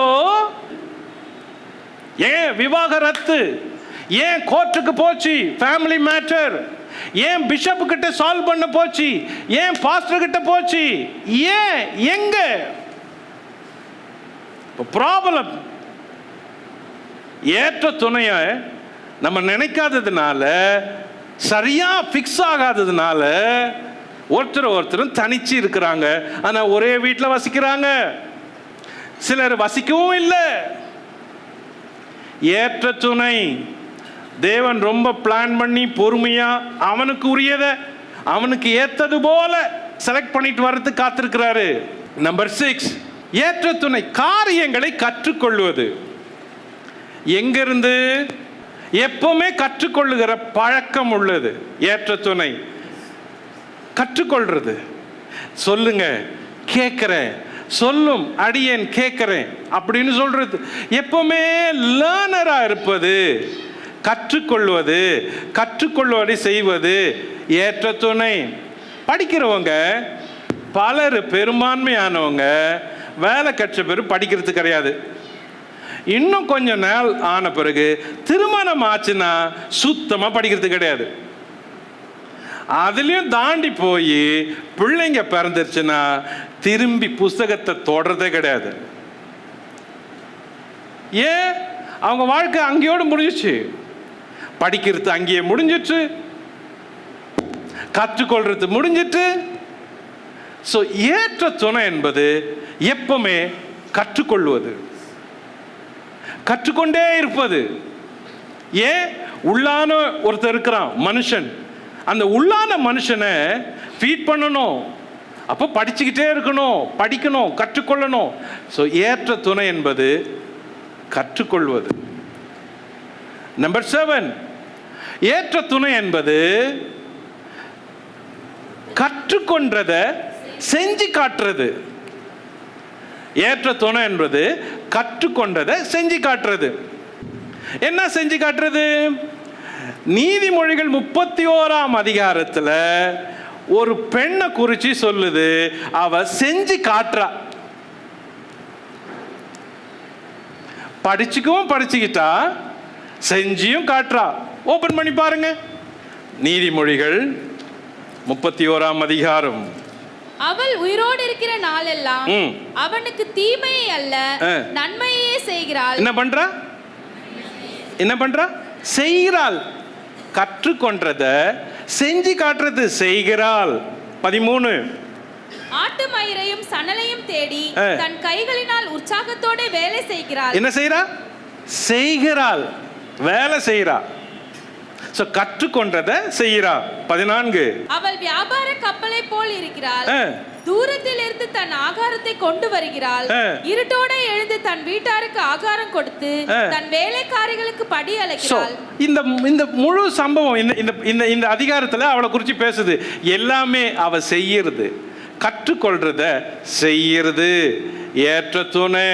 ஓகே, அகைன் நம்பர் 8, பிரிவினை இல்லா சித்தாந்தத்தை கடைபிடிப்பது. பிரிவினை இல்லா சித்தாந்தத்தை கடைபிடிப்பது. அது என்ன பிரிவினை இல்லா?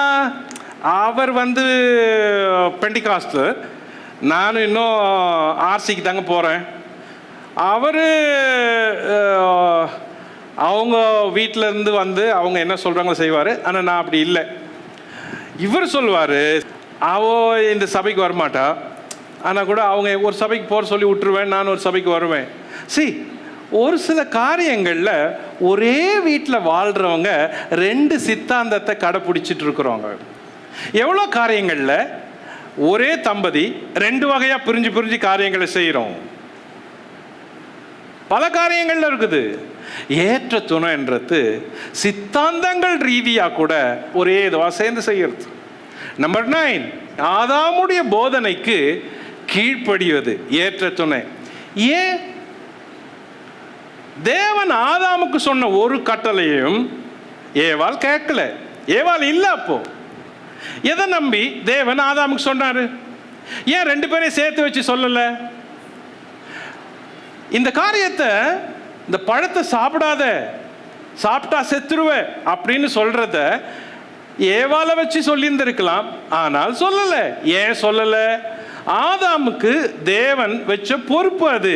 ஆதாம் தன் மனைவிக்கு போதிப்பான், ஆதாம் தன் குடும்பத்துக்கு போதிப்பான், ஆதாம் தனக்கு பின்னால வரவங்களுக்கு சொல்லுவான். ஆக ஆதாம் மேல அதிகமான பொறுப்பு இருக்குது.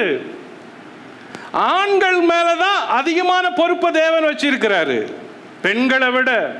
இந்த புத்தகத்தை படிக்கிறப்ப, இந்த குறிப்பா 2ஆம் அதிகாரத்தை படிக்கிறப்ப, ஒரு ஆண் மேல தேவன் வச்சிருக்கிற பெரிய பொறுப்பு அதிகம்.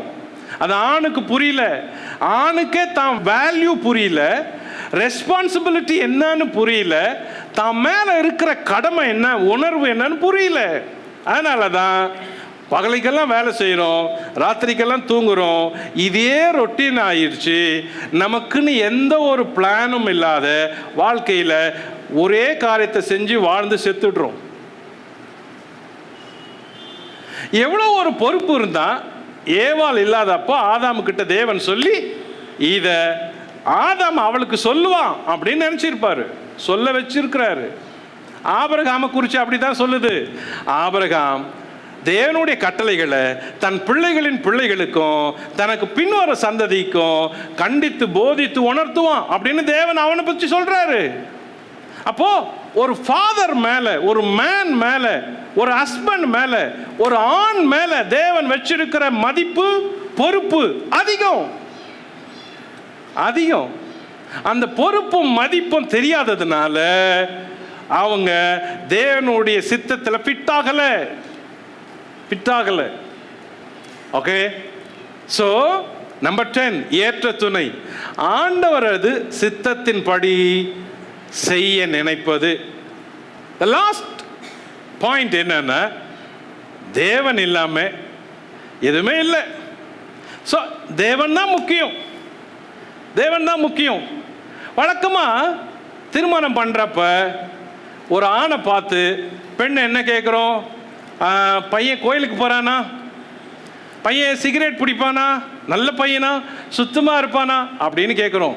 லிசன், எப்பவுமே லிஸ்ட் போடுறப்ப முதல் கேள்வியிலேயே பல பதில்கள் உள்ள இருக்குது.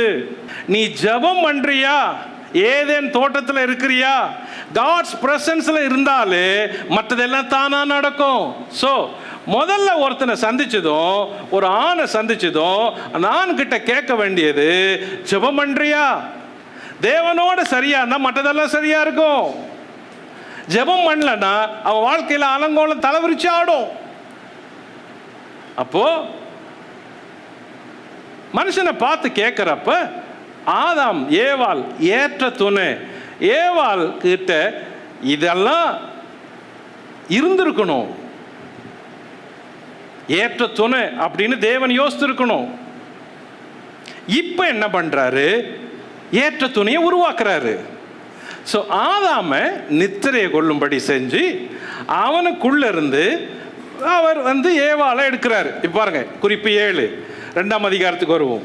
2. தேவனாகிய கர்த்தர் தாம் மனுஷனில் இருந்து எடுத்த விலா எலும்பை மனுஷியாக உருவாக்கி அவளை மனுஷனிடத்தில் கொண்டு வந்தார். அப்பொழுது ஆதாம், இவள் என் எலும்பில் எலும்பும் என் மாம்சத்தில் மாம்சமாய் இருக்கிறாள், இவள் மனுஷனில் எடுக்கப்பட்டபடியினால் மனுஷி எனப்படுவாள் என்றார். இது நிமித்தம் புருஷன் தன் தகப்பனையும் தன் தாயையும் விட்டு தன் மனைவியோட இசைந்திருப்பான். ஓகே, ரொம்ப முக்கியமான நிகழ்ச்சி இப்ப நடக்குது. முதல் முறையா தேவன் ஆதாம தூங்க வைக்கிறாரு. இதுக்காகவே தூங்க வைக்கிறாரு. அதுக்கு முன்னாடி தூங்கி இருக்கலாம், ஆனா இப்ப தூங்க வைக்கிறது வேற. இப்ப ஏவாளை உருவாக்குறாரு. இப்போ மனுஷன் அவனுக்குள்ள எல்லாம் இருக்குது, அவனுக்குள்ளதான் இப்போ ஏவாள் இருக்கிறா. அந்த எலும்பை எடுத்து ஏவாளை உருவாக்குறாரு. மண்ணிலிருந்து அல்ல, ஆதாமிலிருந்து. ஒரே முறைதான் மண்ணிலிருந்து மனுஷனை உருவாக்குனாரு. இப்போ அந்த ஆதாமுக்குள்ள இருந்து ஏவாள் வர. இங்கே படிப்போம் இன்னொரு வசனத்தை. அப்பொழுது ஆதாம், இவள் என் எலும்பில் எலும்பும் என் மாம்சத்தில் மாம்சமா இருக்கிறாள், இவள் மனுஷனிலிருந்து எடுக்கப்பட்டபடியால் மனுஷன் மனுஷி எனப்படுவாள். இன்னும் பேர் வைக்கல. சோ அவன் மனுஷன், அவள் மனுஷி. இததான் மேன். இங்க பாருங்க, மேன் உமன். அந்த உமனுக்குள்ள ஒரு மேன், மேல் ஃபீமேல். அந்த மேல் ஃபீமேலுக்குள்ள ஒரு மேல். சோ மனுஷனிலிருந்து எடுக்கப்பட்ட மனுஷன். அவுட் சைடு ஃபீமேல், இன்சைடு மேல். அவுட் சைடு தேவன் அவளை ஷேப் பண்ணி எடுக்கிறாரு, இன்சைடு ஸ்பிரிட்ல மேல். சோ இப்ப பாத்தீங்கன்னா மேலுக்கும் ஃபீமேலுக்கும் ரொம்ப வித்தியாசம் இல்லை. ஒரு ஆணுக்கு என்ன இருக்குதோ அதே மாதிரிதான் எல்லா அம்சங்களும் உண்டு, ஒரு சில அம்சங்களை தவிர. ஏன் தேவன் ஏவாளை உருவாக்குறப்ப ஸ்பெஷலா செய்யறாரு? கவனிக்கணும். ஏவாளை உருவாக்குறப்ப ஸ்பெஷலா செய்யறாரு. இங்க என்னன்னா, ஆதாம உருவாக்குறப்ப புஷ் Adam created, he created Adam, புஷ் ஊதுறாரு ஆதாம். ஆனா ஏவாளை உருவாக்குறப்ப அப்படி செய்யல, ஃபார்ம் பண்றாரு, ஷேப் பண்றாரு. அதனால தான் டோட்டலாவே ஃபீமேல் மேலே விட வித்தியாசமா இருக்கிறதுக்கு காரணம் என்னன்னா, தேவன் ஸ்பெஷலா உருவாக்குனது. அது கேர் பண்ணி யோசித்து டைம் எடுத்து. சோ மனுஷன் மனுஷி, மேன் விமன், மேல் ஃபீமேல், எல்லாத்துக்குள்ள ஒரு மனுஷன் இருக்கிறான்.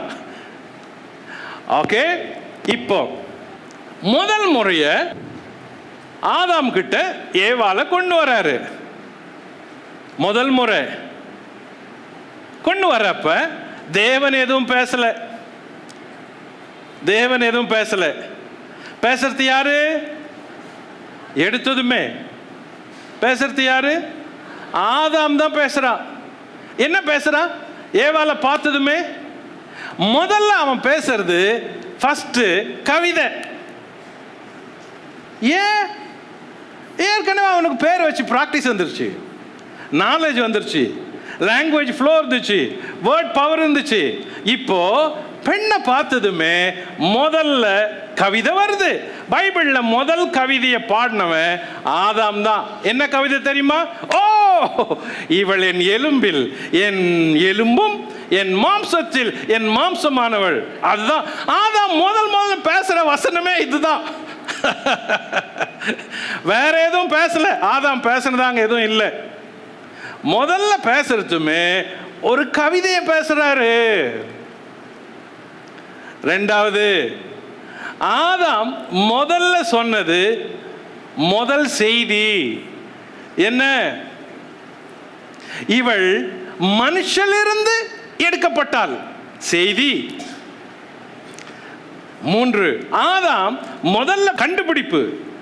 இவள் என் எலும்பில் எலும்பு. இவள் என் எலும்புப்பா, எலும்பு, என் மாம்சத்தில் மாம்சம். சோ அதையும் கண்டுபிடிச்சிட்டான்.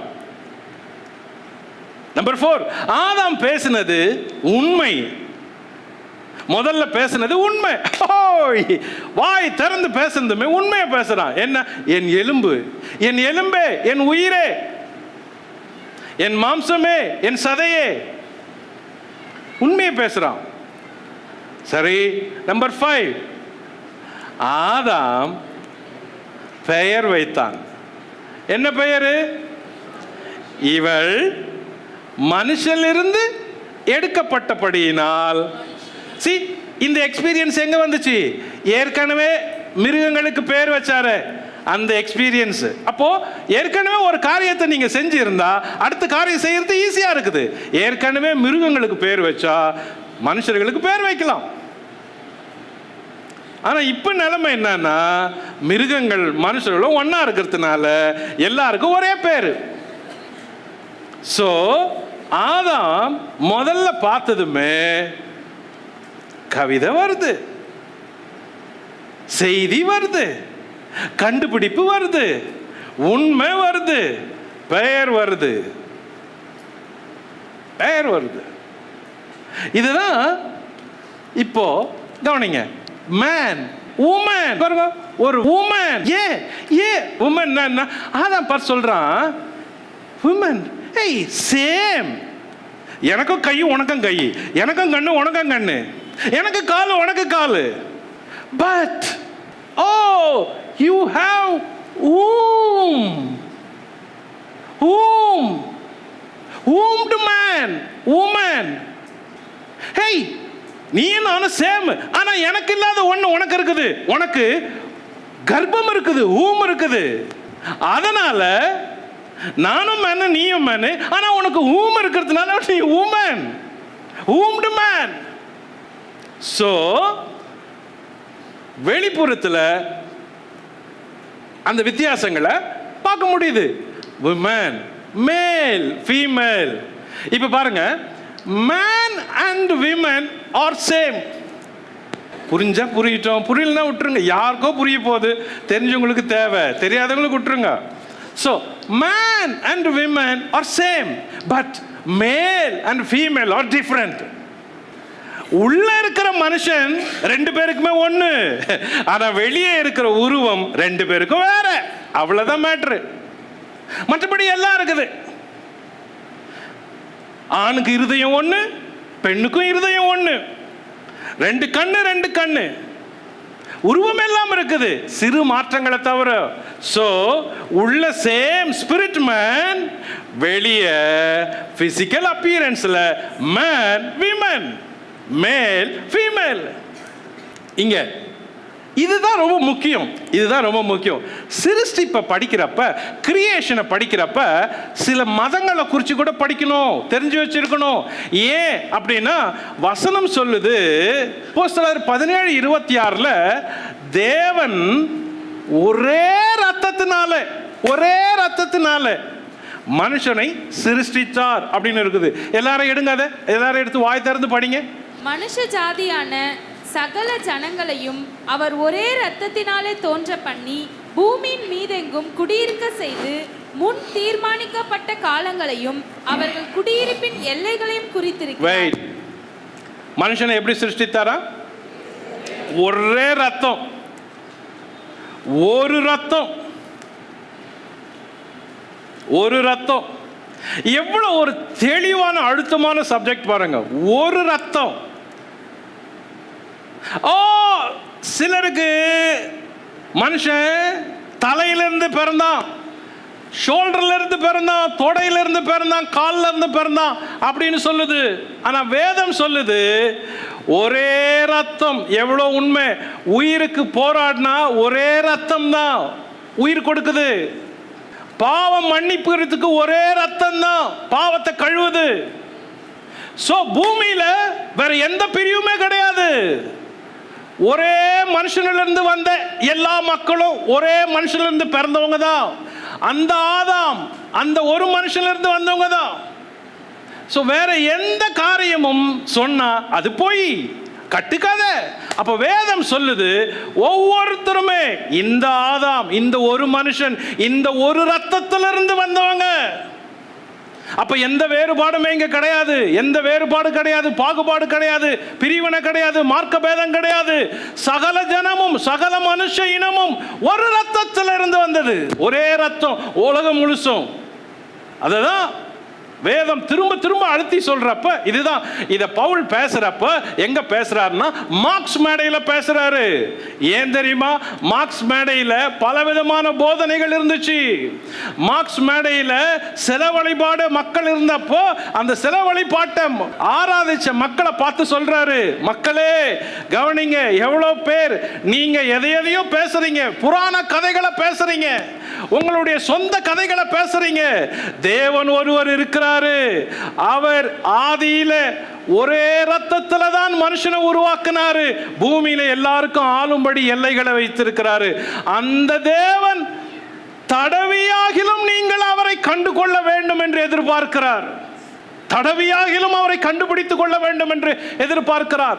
உன்னை உருவாக்கின ஒரு தேவன் இருக்கிறார். அவரை நீ தடவியாகிலும் கண்டுபிடித்துக் கொள்ள வேண்டும். அதுதான் இந்த உலகத்துல நீ பிறந்து நீ கண்டுபிடிக்கிற முதல் கண்டுபிடிப்பு, பெரிய கண்டுபிடிப்பு. ஒவ்வொரு மனுஷனும் தன் தெய்வத்தை கண்டுபிடிக்க வேண்டும். ஒவ்வொரு மனுஷனும் தன் உண்மை சிருஷ்டிகரை கண்டுபிடிக்க வேண்டும். அது இந்த பூமியில பிறந்து வாழ்ற ஒவ்வொருவனுக்கும் எழுதிய கடமை. உன்னை உருவாக்கியது யார்? உன்னை சிருஷ்டித்தது யார்? உன்னை பூமியில வாழ வைக்க அனுப்பியது யார்? எங்கே தொடங்கியது அந்த வாழ்க்கை? யாருடைய ரத்தம் எப்பொழுது துவக்கம் என்பதையெல்லாம் வேதம் தெளிவாய் சொல்லுகிறது. அதை ஒவ்வொரு மனுஷனும் கண்டுபிடிக்கலன்னா அவனுக்கு இந்த மெய் தெய்வமே, இந்த ஒரு சத்தியம் தெரியாதே போயிடும். அப்போ அவன் குருடன், வாழ்க்கையெல்லாம் குருடன். தடவியாகிலும் கண்டுபிடித்துக் கொள்ளும்படி தேவன் அப்படி செய்தார். இதைதான் பவுல் எழுதுறாரு. ஓகே, இங்க லிசன். அடுத்த குறிப்பு 8.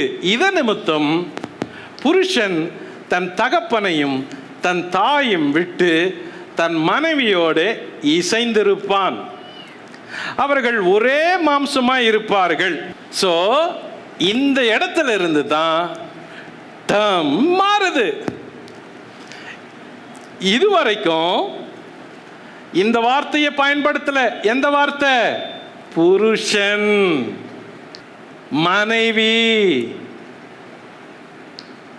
தகப்பன், தாய், இந்த வார்த்தையை பயன்படுத்தல.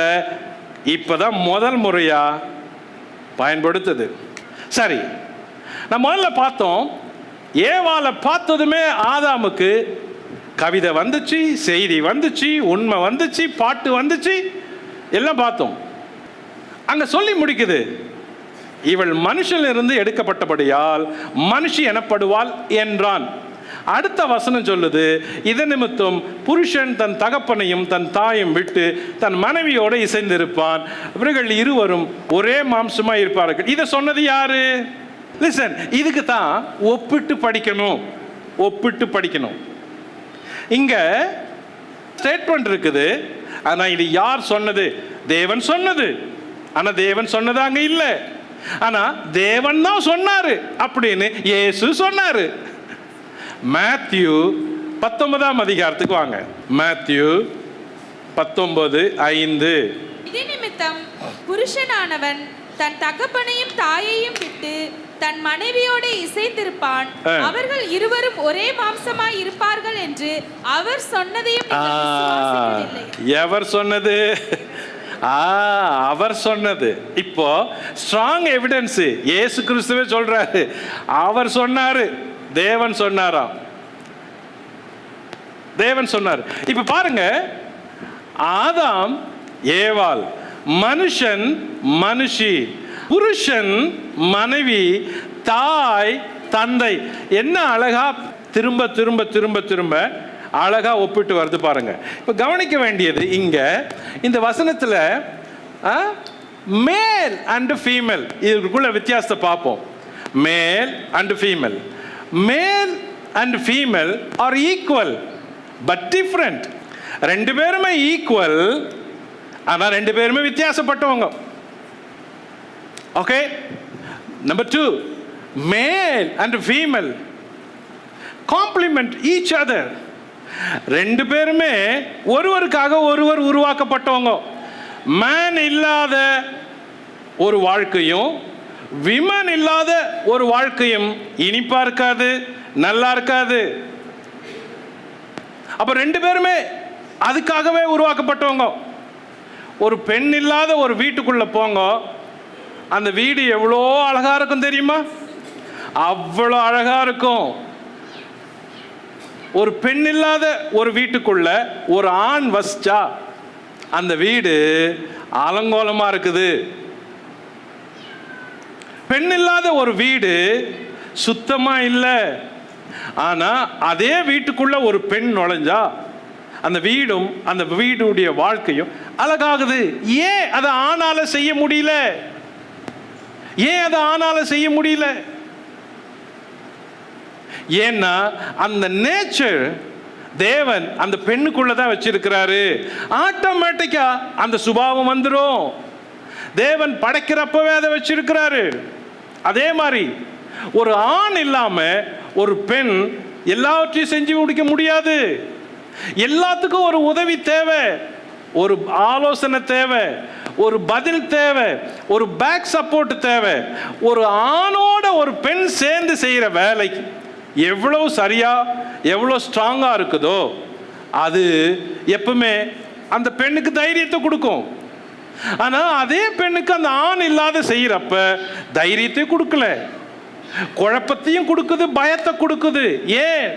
அந்த ஆண் இல்லாத செய்ய முடியல. ஏன்? தேவன் ஆணுக்குள்ள அந்த தைரியத்தை, திறமைய நிர்வகிக்கிற அந்த தாளந்தை வைத்திருக்கிறாரு. ஆகையினால தான் ரெண்டு பேருமே சேர்ந்து செய்யறப்ப காரியங்கள் வாய்க்குது.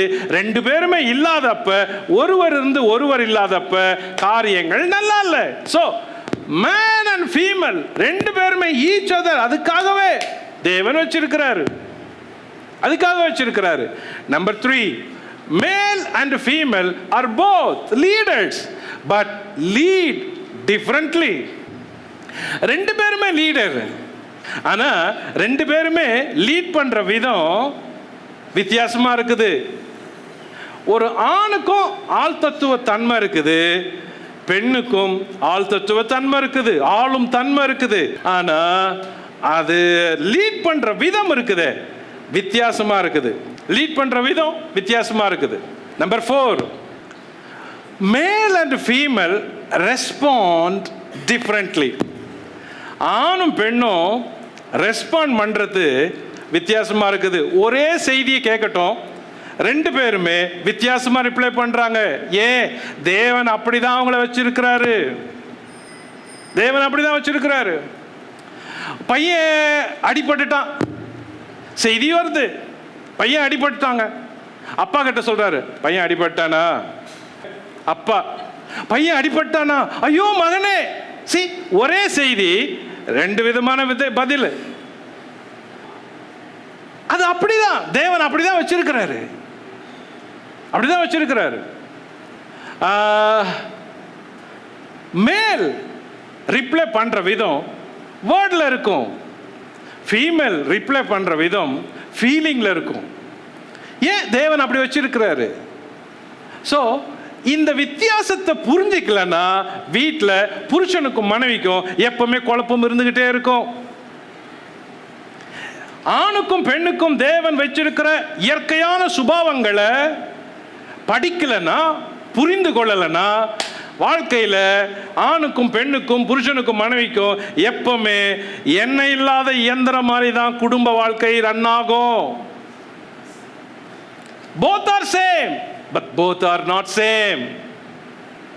Number 5, male and female have different needs. அவங்க ரெண்டு பேரும் ஒன்று, ஆனால் தேவை வேற வேற தேவை இருக்குது, வேற வேற தேவை இருக்குது. அவங்க ரெண்டு பேரும் ஒன்று, அவங்களுக்கு தேவைகள் வேற. ஸோ அவங்க தேவைகளை தேவன் அவங்களுக்குன்னு வச்சிருக்கிறாரு. அவ்வளோதான், ஒன்றும் இல்லை. பாருங்க, ஒரு ஆணுக்கு ஒரே ஒரு கருப்பு பேண்ட் எடுத்து கொடுத்துட்டீங்கன்னா அவர் கழட்டவே மாட்டார். ஒரு வருஷமானா கூட அந்த கருப்பு பேண்ட்லேயே வலம் வருவார். ஆனால் ஒரு பெண்ணை கூட்டிட்டு போய் ஒரு ஷாப்பில் நிறுத்துனீங்கன்னா அங்கே இருக்கிற ஒரு சேரையும் விடாத எடுத்துட்டு வர்றதுக்கு கூட அவங்களுக்கு விருப்பம் இருக்கும். ஏன்? அது இயற்கை சுபாவம், தேவன் அப்படிதான் வச்சிருக்கிறார். Listen, one more thing, finally அந்த வித்தியாசத்தை மட்டும் உங்களுக்கு சொல்றேன். மேல் அண்ட் ஃபீமேல், மேலும் ஃபீமேலும் யாரும் எழுதாதீங்க, நான் சொல்லிக்கிட்டே வரேன், ஒன்று ஒன்றா எழுதுங்க. ஸோ மேல் இமேஜ், அப்படியே உருவம் தான், எந்த வித்தியாசமும் இல்லை. ஃபீமேலும் அதே சாயல் தான், வித்தியாசம் இல்லை. So both are same. தேவ சாயல்ல, தேவ ரூபத்தில் சேம், வித்தியாசம் இல்லை. Number 2, both are worshipper. Male worshipper, female worshipper. ஏன்? ரெண்டு பேருக்குள்ள ஆவி தேவன் கொடுத்த ஆவி. அப்போ ரெண்டு பேருமே ஆவிக்குள்ள தொழக்கூடியவங்க, தேவன் ஆராதிக்கக்கூடியவங்க, அதுல எந்த வித்தியாசம் இல்லை. both are same. Number 3, male dominator, leader, female dominator, leader. So மேலும் ஃபீமேலும் லீடராக இருக்க முடியும்.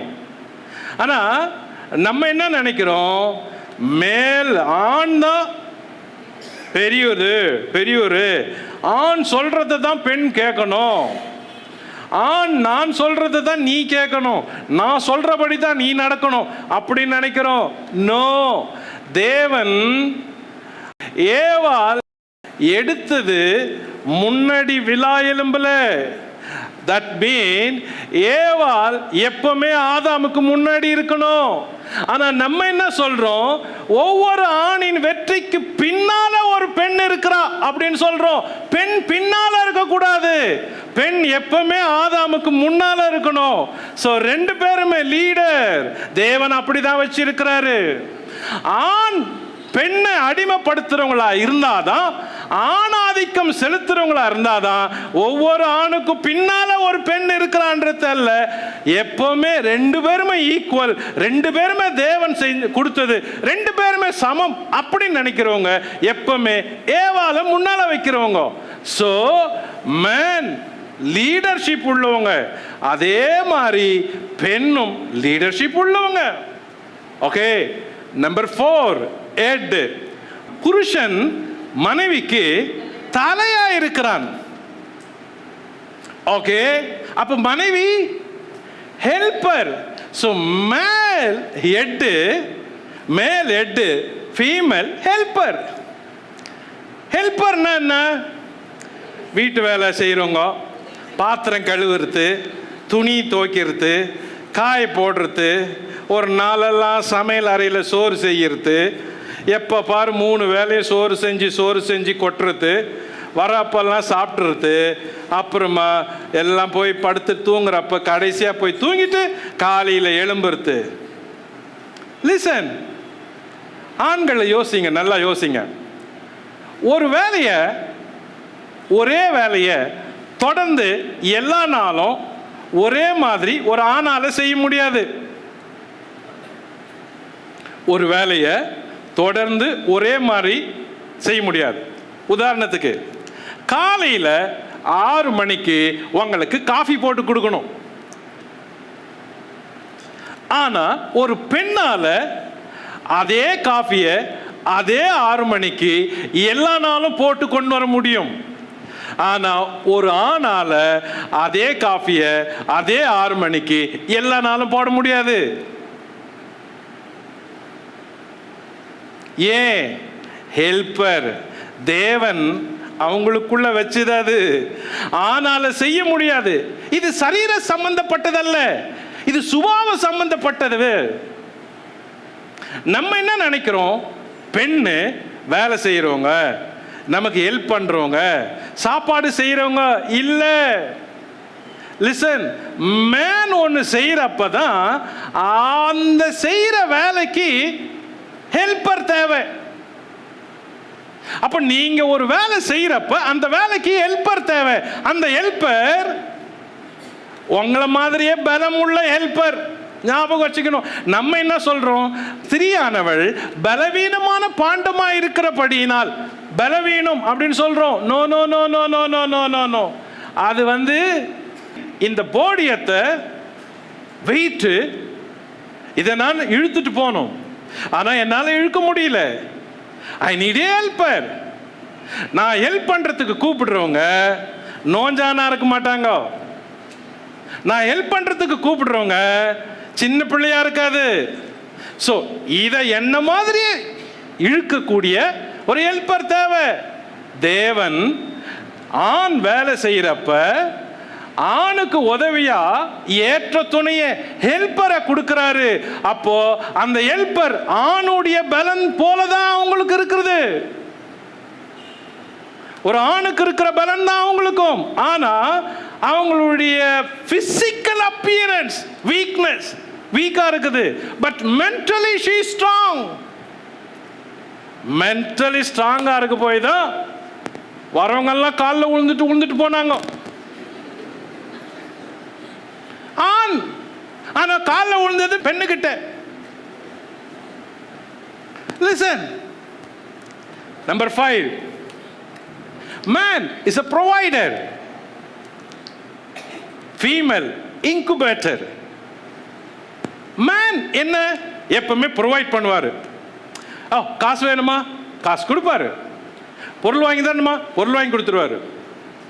தேவையானதை கொடுப்பார். ஆனால் பெண்ணு ஒரு இன்குபேட்டர் மாதிரி. இன்குபேட்டர்னா என்ன? இந்த குறை மாச குழந்தை இருக்குது இல்ல, அதை இன்குபேட்டர்ல வச்சிங்கன்னா அது என்ன பண்ணும்? அந்த குழந்தைய வளர்க்கும். வளர்த்து அதை சரியா லெவல் ஆக்கி திரும்ப கொடுக்கும். ஸோ மேன் ப்ரொவைடர், அவ்வளோதான். Female just like a incubator. அப்போ ஒரு மேன் ஃபீமேல் கிட்ட காசை கொடுத்தீங்கன்னா அவங்க சில்லறையை கொடுப்பாங்க.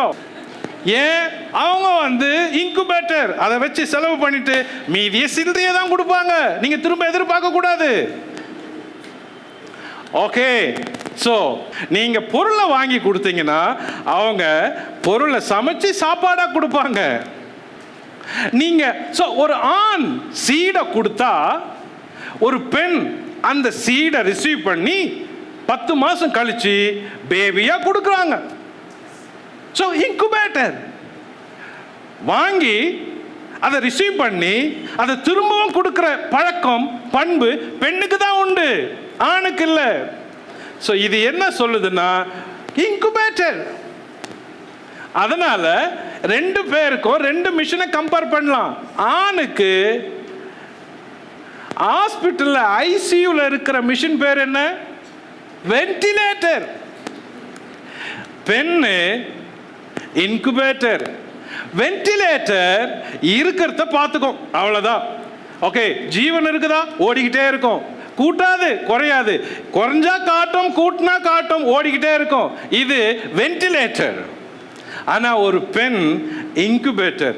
நீங்க கொடுத்தீங்கன்னா அதை ரிசீவ் பண்ணி திரும்பவும் உங்களுக்கு கொடுக்கிற பழக்கம் அந்த பெண்ணுக்கு இருக்குது. இது தேவன் அவங்களுக்கு உள்ள வச்சது. See the difference between male and female. Finally, male cultivator, female producer, male protector, female encourager, male developer, female supporter, male teacher, female learner, male giver, female receiver. So female ஒரு பழக்கம், எப்பவுமே ரிசீவ் பண்ற பழக்கம், எப்பவுமே receive பண்ற பழக்கம். அதனால தான் அவங்களுக்கு அதை எப்பவுமே நீங்க மார்க்கெட்டு கூட்டு போறப்ப தூரம் ஒதுங்கிடுறீங்க. ஏன்? 1000 புடவை ஒருத்தருக்கு வாங்கக்கூடிய அளவுக்கு ஆசை இருக்குது பாருங்க. 1000 புடவை, 1000 செப்பல் இருந்துச்சு ஒருத்தருக்கு. Receiver receiver receiver receiver receiver receive receive receive receive receive man. நான் அந்த ஒரு செப்பல் இருந்தா போதும், அந்த ஒரு சைக்கிள் இருந்தா போதும், அந்த ஒரு பேண்ட் ஷர்ட் இருந்தா போதும். ஏன்? எப்பவுமே கொடுத்து கொடுத்து கொடுத்து பழக்கம். சுபாவம் கிவிங் சுபாவம் மேனுக்கு, ரிசீவிங் சுபாவம் பெண்ணுக்கு. அதனால எப்பவுமே போனா திரும்பி வரதில்ல. ஸோ அதனால தான் ஆண்கள் கடைக்கு கூட்டு போக பயப்படுறாங்க. ஏன்? 2 பேரும் ஒன்னா போறதில்ல. கடைக்கு கூட்டு போனா மணி பர்ஸ் காலி ஆயிடும். ஏன்? Receiver. Okay, number 10 giver receiver. Number 11 source. ஆண் என்றது சோர்ஸ், பெண் என்றது ஒரு ப்ராஃபட்டஸ். சோர்ஸ் அப்படின்னா என்ன? இந்த வசனம் சொல்லுது, இதன் நிமித்தம் புருஷன் தன் தகப்பனையும் தாயும் விட்டு மனைவியோடு இசைந்திருப்பான். லிசன், தேவன் புருஷனுக்கு சொல்றது is the source. என்ன சோர்ஸ்னா? மூலம். அவன் தான் மூலம்.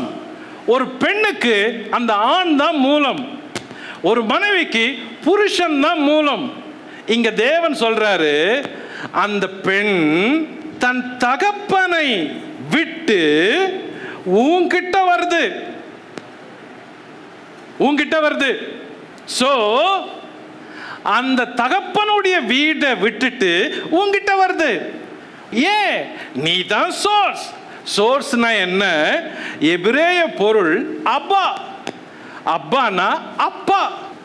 சோ ஒரு பெண் தன் பிறந்த வீட்டையும் தன் பெற்றெடுத்த தகப்பன் தாயையும் விட்டுட்டு கணவன் வீட்டுக்கு வரப்ப அது இன்னொரு அப்பா வீட்டுக்கு வருது. ஸோ சேஞ்சு மனைவி புருஷன் வீட்டுக்கு வரப்ப அப்பா வீட்டில் இருந்து விட்டுட்டு இன்னொரு அப்பா வீட்டுக்கு வருது. ஸோ ஒவ்வொரு ஹஸ்பண்டும் just like a father to your wife.